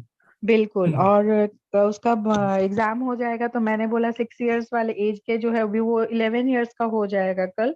तो मैंने बोला उसमें भी तुमको ज्वाइन करवाने के लिए तुम मेरे साथ भी बैठ सकते हो, तुमको वहां पे भी मैं ज्वाइन करवा देती हूँ। हरी बोल माता जी, और बहुत ही अभी से मेरा टारगेट रहेगा डेली सुबह में मंगला आरती ज्वाइन करके, और मैं रोज 16 माला से ज्यादा करूँ प्रभु जी। अभी क्या करेंगे ना, अभी वो एक आयुष प्रभु है, वो अभी नहीं है मंदिर में, तो अभी चैट डिसेबल्ड है, या मतलब चैट एवरीवन नहीं है, तो अभी एक कोड है हमारा, उस कोड को हम डालेंगे तो अपने आप हमें पता चल जाएगा कि कौन कौन आ रहा है, तो सुमित प्रभु जी उसको लिस्ट डाउन कर लेंगे। पर अभी हम वो नहीं डाल पा रहे हैं क्योंकि चैट में सिर्फ टेम्पल इनेबल्ड है। तो पर अभी सुमित प्रभु जी नोट कर रहे हैं सबका नाम, तो वो मेरा भी नाम नोट करते हैं, उन्होंने मेरे को कहा कि आप नहीं आते हैं। नहीं मैंने देखा सुबह में, आज फर्स्ट टाइम था वो। आरती के बाद फिर तुलसी पूजन हुआ, फिर सबने परिक्रमा लगाया, सब किया मैंने। फिर 5-10 को और भी कंटिन्यू था, लेकिन 5-10 को मैंने फिर लीव करके फिर मैंने माला शुरू की। फिर 7 तो माला साढ़े पे 7 आप लीव करने की आवश्यकता नहीं है, क्योंकि अच्छा ज्वाइन करते करते माला ही होती है। 5 अच्छा, बजे हाँ के बाद हाँ, माला ही क्योंकि मैंने होती फिर है। 7:30 बजे ज्वाइन की, तो फिर बोला कि मतलब जाप माला खत्म हो गई, तो फिर आगे का फिर वो भजन उसमें दिखा रहा था, तो मेरे को वो हाँ मालूम नहीं था, जी जी जी। इसके लिए प्रभु जी। ओके माता जी, हरे कृष्णा। हरे कृष्णा प्रभु प्रभु जी। जी मैं इस बार चैट से ले लेता हूँ। जी प्रभु जी। जब जगन्नाथ धाम में तो सभी का व्यवसाय यही है, समुद्र से मछली पकड़कर अपनी पेट पालते हैं, तो फिर हम उनको क्या कर सकते हैं? तो कैसे, हम क्यों कह रहे हैं ऐसा कि सबका वही है व्यवसाय? हाँ, वहां पे तो व्यवसाय है महाप्रसादम। आप आनंद बाजार में जाएंगे तो सारे लोग महाप्रसादम बेच रहे हैं, भगवान ने वो व्यवसाय बनाया है ना। तो कुछ लोग मछली पकड़ रहे हैं, उनको पकड़ने दीजिए माता जी, क्योंकि वो समुद्र के बगल में, तो हम कह रहे हैं सारे लोग का वही व्यवसाय है, ऐसा थोड़ी है। कितने होटल्स हैं वहां पे, कितने महाप्रसादम है, कितनी मिठाई की दुकान है, कितने फूल वाले हैं, कितना व्यवसाय चल रहा है। अरे ये हम सोच रहे हैं ऐसा। ओके, फिर क्या है, अगर सुबह सोते सोते आरती सुन सकते हैं क्या? सोते सोते प्रभु जी आरती सुन सकते हैं? अब ये तो प्रधानमंत्री को अपने घर बुला लिया और बिस्तर पे लेटे हैं, कहें आइए जजमान बैठिए, आपकी क्या सेवा करें, तो प्रधानमंत्री क्या कहेंगे? तुम सोते रहो। हम भगवान को बुला रहे हैं आरती के लिए और हम सोते सोते अटेंड करें, तो ये तो बात ठीक नहीं है ना। हम किसी के घर जाएं, हम तो पहुंच गए, और वो सोते सोते हमारा स्वागत कर रहे, आइए बैठिए। आप उठ तो जाओ बिस्तर से, फिर हमारा स्वागत कर लेना। तो ये मान वाली बात है, सम्मान वाली बात है। भगवान है वो, तो अगर उनकी आरती हो रही है तो हम तो दास हैं, दास को अपनी मर्यादा में रहना चाहिए, है ना। हरे कृष्णा भारती माता जी। हरे कृष्णा प्रभु जी। एक क्वेश्चन था, आपने एक बार एक स्टोरी बताई थी जिसमें एक कबूतर भगवान का पहला पाठ सुनाता है एक लेडी को, और वो अपने पुण्य किसी और को दे देती है। नहीं, तो मैंने ये ये नहीं सुना है प्रभु माता जी कभी। नहीं, कि वो उन्होंने अपने किसी पिछले जन्म में एक पार्ट पहला अध्याय सुना था, और अब वो जब अगले जन्म में कबूतर बने तो उनको वही पता था, तो वो एक नहीं, मेरे को ये पता भी नहीं और मैंने कभी सुनाया भी नहीं है माता जी। आपने वो बताया था कि पुण्य दान किया उन्होंने, अपने पुण्य दान कर दिए थे, उसके लिए स्टोरी सुनाई थी। नहीं माता जी, आपने किसी और क्लास में सुना होगा। मैंने पुण्य दान के टॉपिक में कभी कुछ बोला नहीं है, पर आपके प्रश्न क्या पूछ सकते हैं? तो ये कि पुण्य को दान किया कैसे जा सकता है? नहीं, तो पुण्य दान के टॉपिक पे माता जी मैंने कभी कोई कुछ नहीं कहा है। वैसे अपना पुण्य आप किसी को दे सकते हो? हाँ, शास्त्र में विधान है कि हम दे सकते हैं पुण्य अच्छा, तो दान। उसकी कोई विधि होती होगी, लेकिन आई डे थिंक टू डे। मानसिक संकल्प से ही हो जाता है कि, हाँ मानसिक संकल्प से ही हो जाता है। ऐसा नहीं है कि आपको कुछ लेके बैठना है, करना है। वो भगवान से प्रार्थना करते हैं, है ना, तो वो होता है, शास्त्र में लिखा है, ऐसा होता है। पर इन सब में हमें कुछ करने की आवश्यकता नहीं है, क्योंकि फिर वो क्या हो गया, पुण्य यानी हम अपने बैंक अकाउंट के क्रेडिट में कुछ पैसे निकाल रहे हैं। वो सब की आवश्यकता ही क्या है? जब देखिए अभी दुकान में आप जाते हैं ना, एक आप कुछ बोलते चॉकलेट दे दो, टॉफी दे दो, वो होता है सकाम कर्मी। और जो भक्त होता है वो कहते हैं कि ये दुकान, ये पूरा, ये जो दुकान वाला है वही मेरा है, तो भगवान मेरे हैं। तो भगवान से आपको ये नहीं कहना है कि अच्छा जो मेरे 5 रुपए मैंने जमा कराए थे ना, उसमें से 2 रुपए वो देखो मेरे उसके तबीयत खराब है उसमें से दे दो। हमें क्यों कहना है वो? भगवान भगवान को प्रार्थना करनी है सिर्फ। हाँ, तो हमें अपने 5 रुपए पे गर्व नहीं करना है, हमें भगवान पे प्रार्थना करिए, उनकी शरणागति जो है उस पर विश्वास करिए। ठीक है, तो पुण्य दान, ये जान वो दान, ये सब सकाम कर्म जो है ना, कि हाँ चलो 5 रुपए रखे हैं, 2 रुपए दे देते हैं, 3 रुपए तो बचेंगे, उस पर हमें नहीं करना है। हमें भगवान से प्रार्थना करनी है भगवान 5 को 5 करोड़ कर दे। अभी मान लीजिए आपके पुण्य 5 रुपए के हैं, पर जिसको आप दान देना चाहते हैं उसको 5 करोड़ की दरकार है, तो किस काम का रह गया आपका 5 रुपए? कोई काम का नहीं रह गया ना। पर भगवान को प्रार्थना करेंगे तो 5 करोड़ या 500 करोड़ की चीज भी आपके लिए जो है पूरी कर सकते हैं। ठीक है, ठीक है प्रभु जी। हरे कृष्णा। हरे कृष्णा मुकेश प्रभु जी।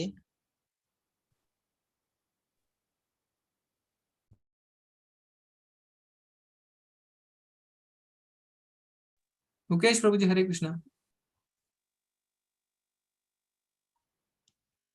नेक्स्ट ले ले क्या? जी जी जी। हरे कृष्णा जितेंद्र प्रभु जी। हरे कृष्णा। हरे कृष्णा माता जी। मेरा सवाल ये है कि जन्म विवाह मरण भगवान का लिखा है, कहा जाता है, पर हमें किस जगह जन्म लेना है ये भगवान भेज रहे हैं हमें। फिर विवाह कहाँ होगा वो भी भगवान तय कर रहे हैं। पर कुछ लोग अपने मन पसंद की शादी करते हैं, तो क्या उसमें भगवान की इच्छा है? और जब किसी जैसे कोई ने अपनी आयु पूरी कर लिया कि हाँ इनकी 100 साल हो गई, इनकी 90 हो गई, इनकी 80 हो गई, चलो वो बुजुर्ग हो गया था, वो चला गया। पर जो व्यक्ति अपने हाथ से आत्महत्या कर रहा है या सुसाइड हो रहा है या किसी कारणवश कुछ हो गई दुर्घटना, उनकी आत्महत्या हो, किसी भी प्रकार से हत्या हो गई, तो क्या उसमें भगवान की इच्छा है? जी जी जी जी। तो 2 प्रश्न है माता जी आपके कि पहला शादी वाला, तो हम जो अपने कर्मों के भोग भोगते हैं, अगर आप देखेंगे उसमें हमारे आसपास के व्यक्तियों का बहुत बड़ा हाथ रहता है या वो कारण बनता है।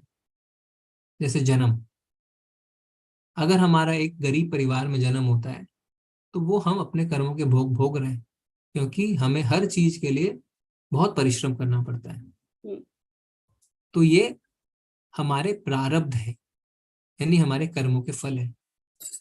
इसी तरीके से एक लड़के का जिस लड़की से शादी हो या जिसके परिवार में, या एक लड़की परिवार शादियों के जिस परिवार में आती है, ये भी बहुत महत्वपूर्ण है और उस प्रारब्ध की श्रृंखला में कि उसे कैसे कर्मों के फल भोगने पड़ेंगे। क्योंकि आसपास का जो हमारा एनवायरनमेंट है, जो वातावरण है, चाहे हमारे माँ बाप, हमारा पति, हमारे बच्चे, हमारे भाई बहन, हमारे पड़ोसी, इन सब से ही मिलजुल के कुछ ऐसी परिस्थितियां बनती है कि हम भोगते हैं, है ना। जनरली यही होता है, 90% ऑफ द समय आसपास के चीजों से ही परिस्थितियां बनती है।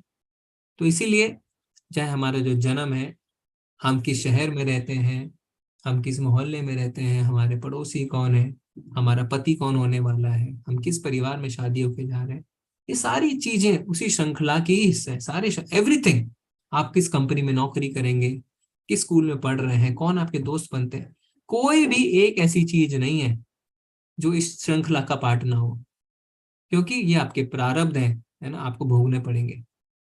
हमारे कर्म है। हाँ, कर्म, प्रारब्ध का मतलब कर्म के फल जो आप भोग रहे हैं, ठीक है। तो कर्म के फल जो है वो 2-3 तरीके के होते हैं। प्रारब्ध मतलब पक गए हैं फल, अब आपको भोग, आप जो अभी भोग रहे हैं वो प्रारब्ध है। अभी जो आपने भोगा नहीं है वो रेडी है ना। जैसे बीज रूप में हो सकते हैं, फिर उसके बाद हम उसे कहते हैं कुटम कहते हैं। तो ऐसे तरीके से भक्ति रस अमृत सिंधु में लिखा है 4 स्टेजेस होते हैं जिस स्टेज में हम अपने कर्मों के फल, एक तो बीज रूप में है, एक अभी फलीभूत हो रहा है, दूसरा एक जो आप भोग रहे हैं इस तरीके से, ठीक है। अप्रारब्ध, बीज, प्रारब्ध और कुटम कहते हैं। तो पर भगवान की भक्ति से कुछ भी खत्म हो सकता है। जैसे आपके पास 1 लीटर डीजल हो चाहे 100 लीटर डीजल हो, अगर आप आग लगा के उसमें डीजल डालेंगे तो डीजल तो बर्न होगा ही ना, जलेगा ही।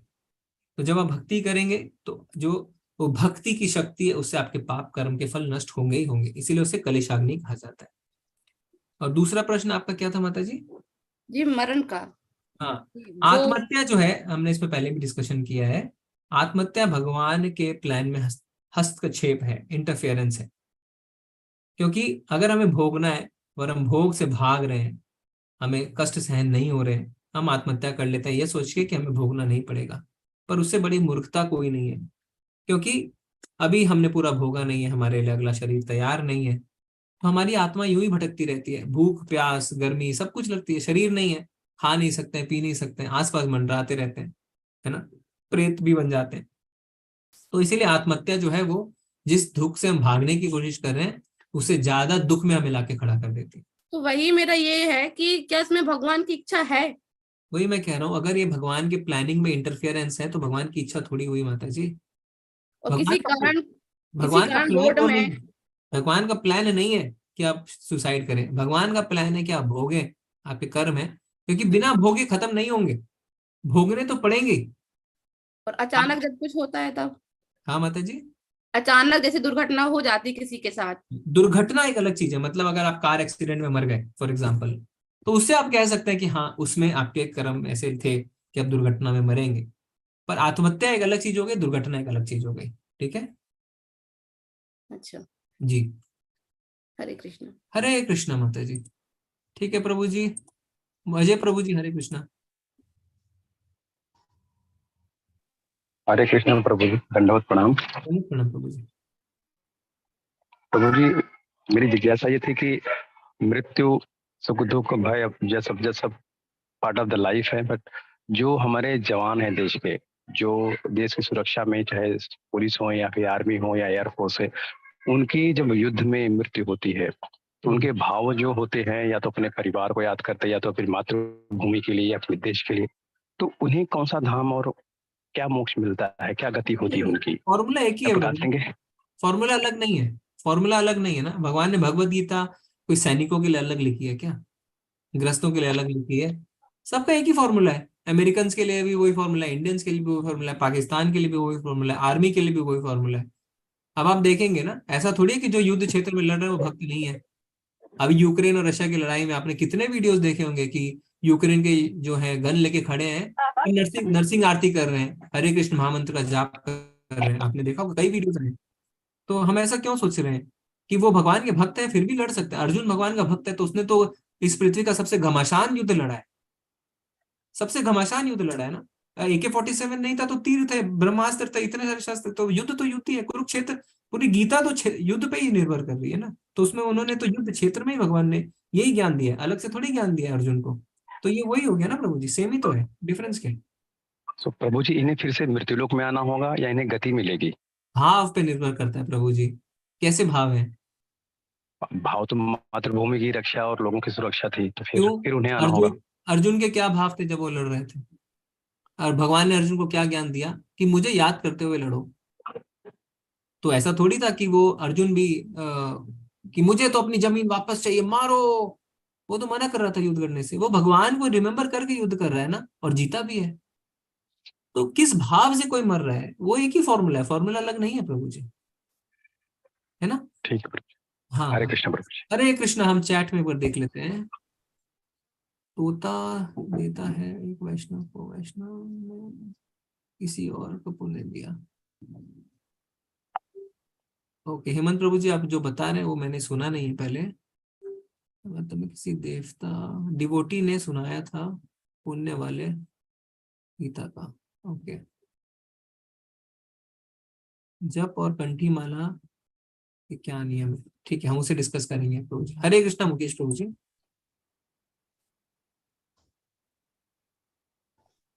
हरे कृष्णा।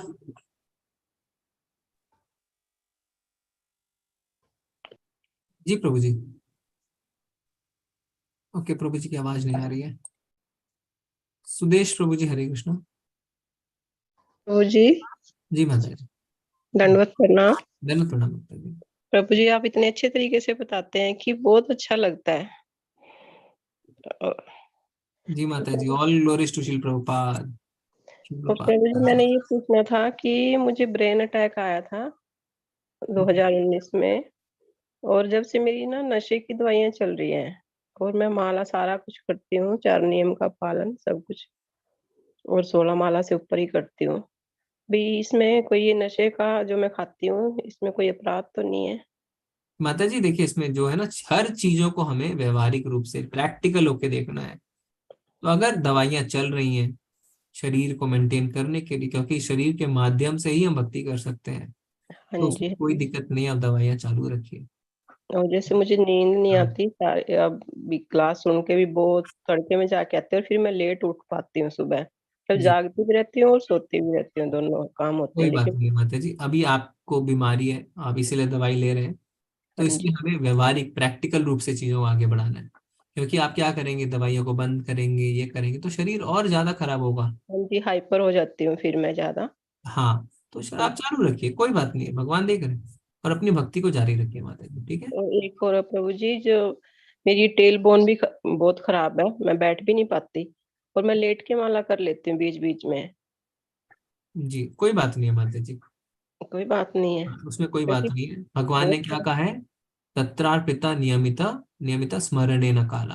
भगवान के नाम को स्मरण करने के लिए कोई नियम नहीं है, कोई काल नहीं है। तो अगर आप बीमार हैं, आप बिस्तर पे लेटे हुए हैं, आप लेट लेट के माला कर रहे हैं, तो कोई दिक्कत नहीं है माता जी। हाँ जी, बाकी तो मैं सारी आरती सब करती हूँ, लेकिन बस वो है कि टाइम से नहीं हो पाता, लेकिन कोई बात करती सारा कुछ हूँ।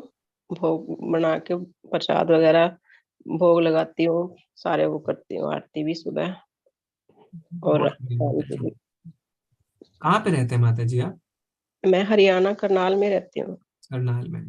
हाँ जी, प्रभु जी भी हैं लेकिन वो बाहर रहते हैं, प्रॉपर अच्छा। साथ नहीं दे रहे, दीक्षित हैं लेकिन प्रॉपर साथ नहीं दे रहे हैं। आप भी दीक्षित हैं क्या? नहीं, मेरी अभी हुई नहीं दीक्षा, मैंने लेनी थी लेकिन मेरा थोड़ा सा बीच में ब्रेक आ गया। लेकिन मैं 2-3 साल से कर रही हूँ 16 माला, तो नियमों का पालन भी पहले थोड़ा कम था, जी लेकिन 2-3 साल से तो पूरा है। जी माता जी, हाँ हो जी, जाएगा माता जी। बीच में मेरे को ये हो गया था कि कई कई दिन होश नहीं आता था, इसी कारण मेरी दीक्षा बीच में रुक गई थी। कोई बात नहीं माता जी, प्रार्थना करिए भगवान से, गुरु महाराज से, आपकी दीक्षा भी हो जाएगी। हाँ जी, एक दिन और बात करनी है मैंने, अभी तो नहीं कर पाऊंगी, लेकिन मैंने थोड़ी लंबी बात करनी थी, ठीक तो है, थोड़ा कभी बीच में करूंगी प्रभु जी। जरूर माता। हरे कृष्णा, हरे कृष्णा। हरे कृष्णा कावेरी माता जी। हरे कृष्णा गुरुजी। हरे कृष्णा। जी, मेरा एक सवाल था कि जैसे आपने बोला था कि एक सूक्ष्म फ्रीडम हमारे पास है, हर इंसान के पास। I don't remember the exact words, but हाँ, तो ये क्वेश्चन है कि जब कुंडली रीडिंग करते हैं, जैसे कि चार्ट रीडिंग, मतलब बर्थ डेट के हिसाब से आप भविष्यवाणी करते हैं, तो उसमें से बहुत सारी चीजें बहुत ही क्लियर दिख जाती है कि फॉर एग्जाम्पल किसी इंसान के भाग्य में उतना पैसा नहीं है, या किसी के भाग्य में और कुछ नहीं है, विवाह नहीं है, व्हाटएवर। तो ये जो सूक्ष्म फ्रीडम है, ये क्या सिर्फ आध्यात्मिक मार्ग में उन्नति करने के लिए ही यूटिलाइज होता है, और अगर कोई चीज, बाकी चीज अगर नहीं है नसीब में तो वो नहीं मिलेगी, और सिर्फ अगर आध्यात्मिक उन्नति भी नहीं है और अगर हम उसकी चाह रखें तो क्या वो मिल सकती है?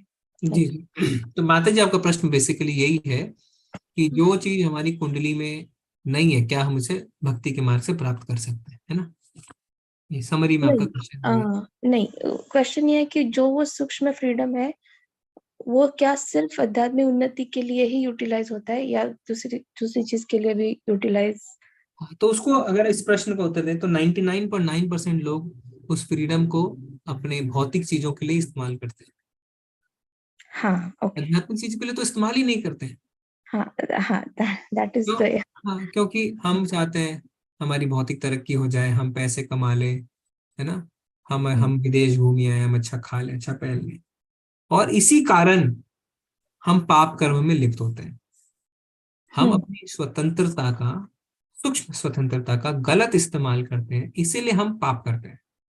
आज हमारा जो सबसे बड़ा प्रॉब्लम यही है, क्योंकि हम हर समय पाप कर्म में लिप्त हैं, और दुर्भाग्य की बात यह है कि हमें पता नहीं है कि हम पाप कर रहे हैं। पर ignorance is not an excuse. आप किसी का मर्डर करके बोलें कि मुझे नहीं पता था कि कानून में मर्डर करने से फांसी की सजा है, तो आपको कोर्ट छोड़ेगा नहीं, है ना? आप नया नया गाड़ी चलाना सीख रहे हैं, आपको नहीं पता था कि रेड लाइट है यहाँ पे, पर फाइन तो आपको भरना ही पड़ेगा। Ignorance is not an excuse. तो अगर हमें नहीं पता है कि ये पाप कर्म है, पर पाप कर्म तो हो रहे हैं, तो हम अपनी स्वतंत्रता को इसीलिए गुरु, साधु और शास्त्र के माध्यम से भगवत सेवा की ओर लेके जाते हैं। हम उसकी डायरेक्शन बदलते हैं और हम उसे भगवत सेवा की ओर लेके जाते हैं। जैसे रात में 9 बजे आप अपनी स्वतंत्रता का इस्तेमाल कर सकते हैं। कैसे? बाहर रेस्टोरेंट जा सकते हैं, आप कुछ बार में जा सकते हैं, आप पार्टी करने जा सकते हैं, आप टीवी पे सीरियल देख सकते हैं, वेब सीरीज देख सकते हैं, पर आपने भगवत गीता चुना, ये आपने अपनी स्वतंत्रता का इस्तेमाल किया। ठीक है, तो ये चीज है। ठीक है माता जी? मतलब फिर अगर कोई अगर हमको बताए कि आपके कुंडली में तो नहीं है मोक्ष या इस राह पर अब मैं चलना। आता हूँ उस पे जी। अब जो आपका दूसरा प्रश्न है कि कुंडली सर्वश्रेष्ठ है या कुंडली के ऊपर भी कोई पावर है ना। तो कुंडली क्या है, पहले बात हमें ये समझना है। कुंडली है अगर सही तरीके से बनी हुई है तो, कि आजकल तो सबसे बड़ा डाउट ही वही है कि सही इस तरीके से बनी है कि नहीं। वो हमारा रिपोर्ट कार्ड है हमारे पिछले जन्म के कर्मों का। पर जो हमारे सीनियर डिवोटीज हैं, जो भक्त क्या कहते हैं, एक बार एक व्यक्ति जाता है एस्ट्रोलॉजर के पास और दिखाता है अपने भक्त है, वो जो जा रहा है, तो एस्ट्रोलॉजर उसे देख के कहता है आपको तो गुस्सा बड़ा आता होगा। तो क्या कहता है भक्त, आता था अब नहीं आता है। आप तो बहुत चिड़चिड़े हो जाते होंगे, होता था अब नहीं होता हूं।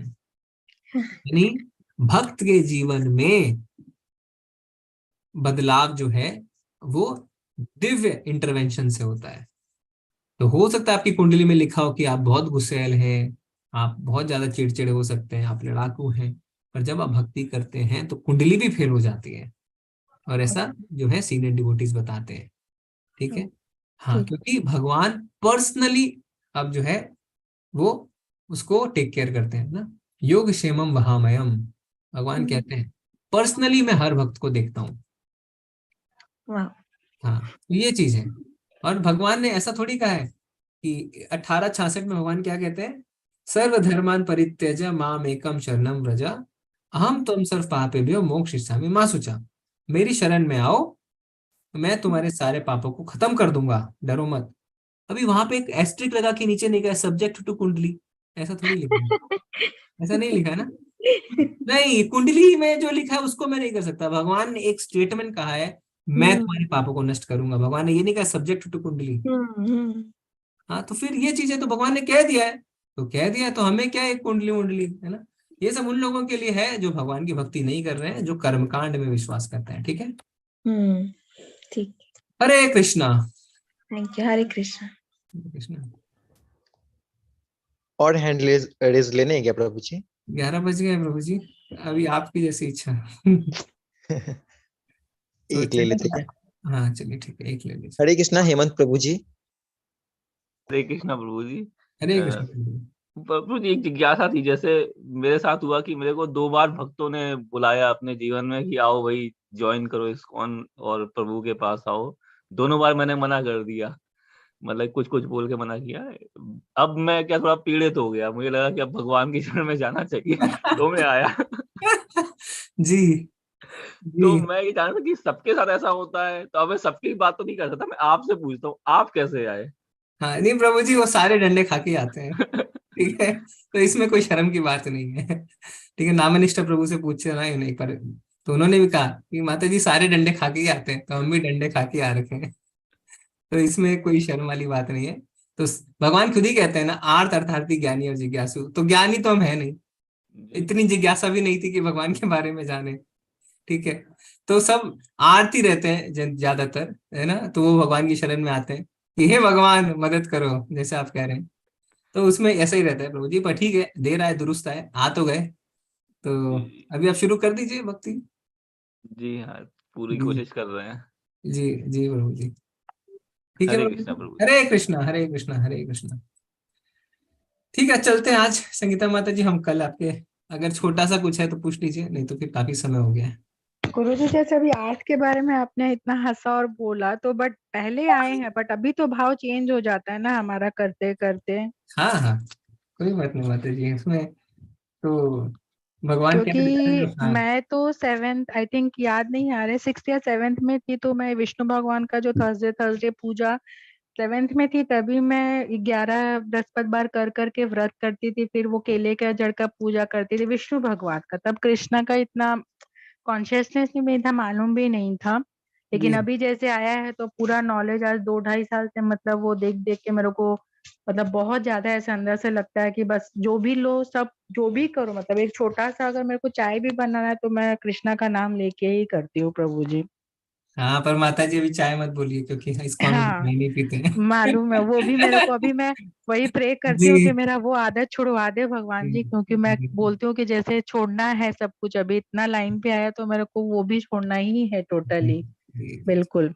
हो जाएगा माता जी। ठीक है, धन्यवाद माता जी। धन्यवाद प्रभु जी। हरे हरे कृष्णा। चलते हैं, जिसके प्रश्न रह गए क्षमा करिए।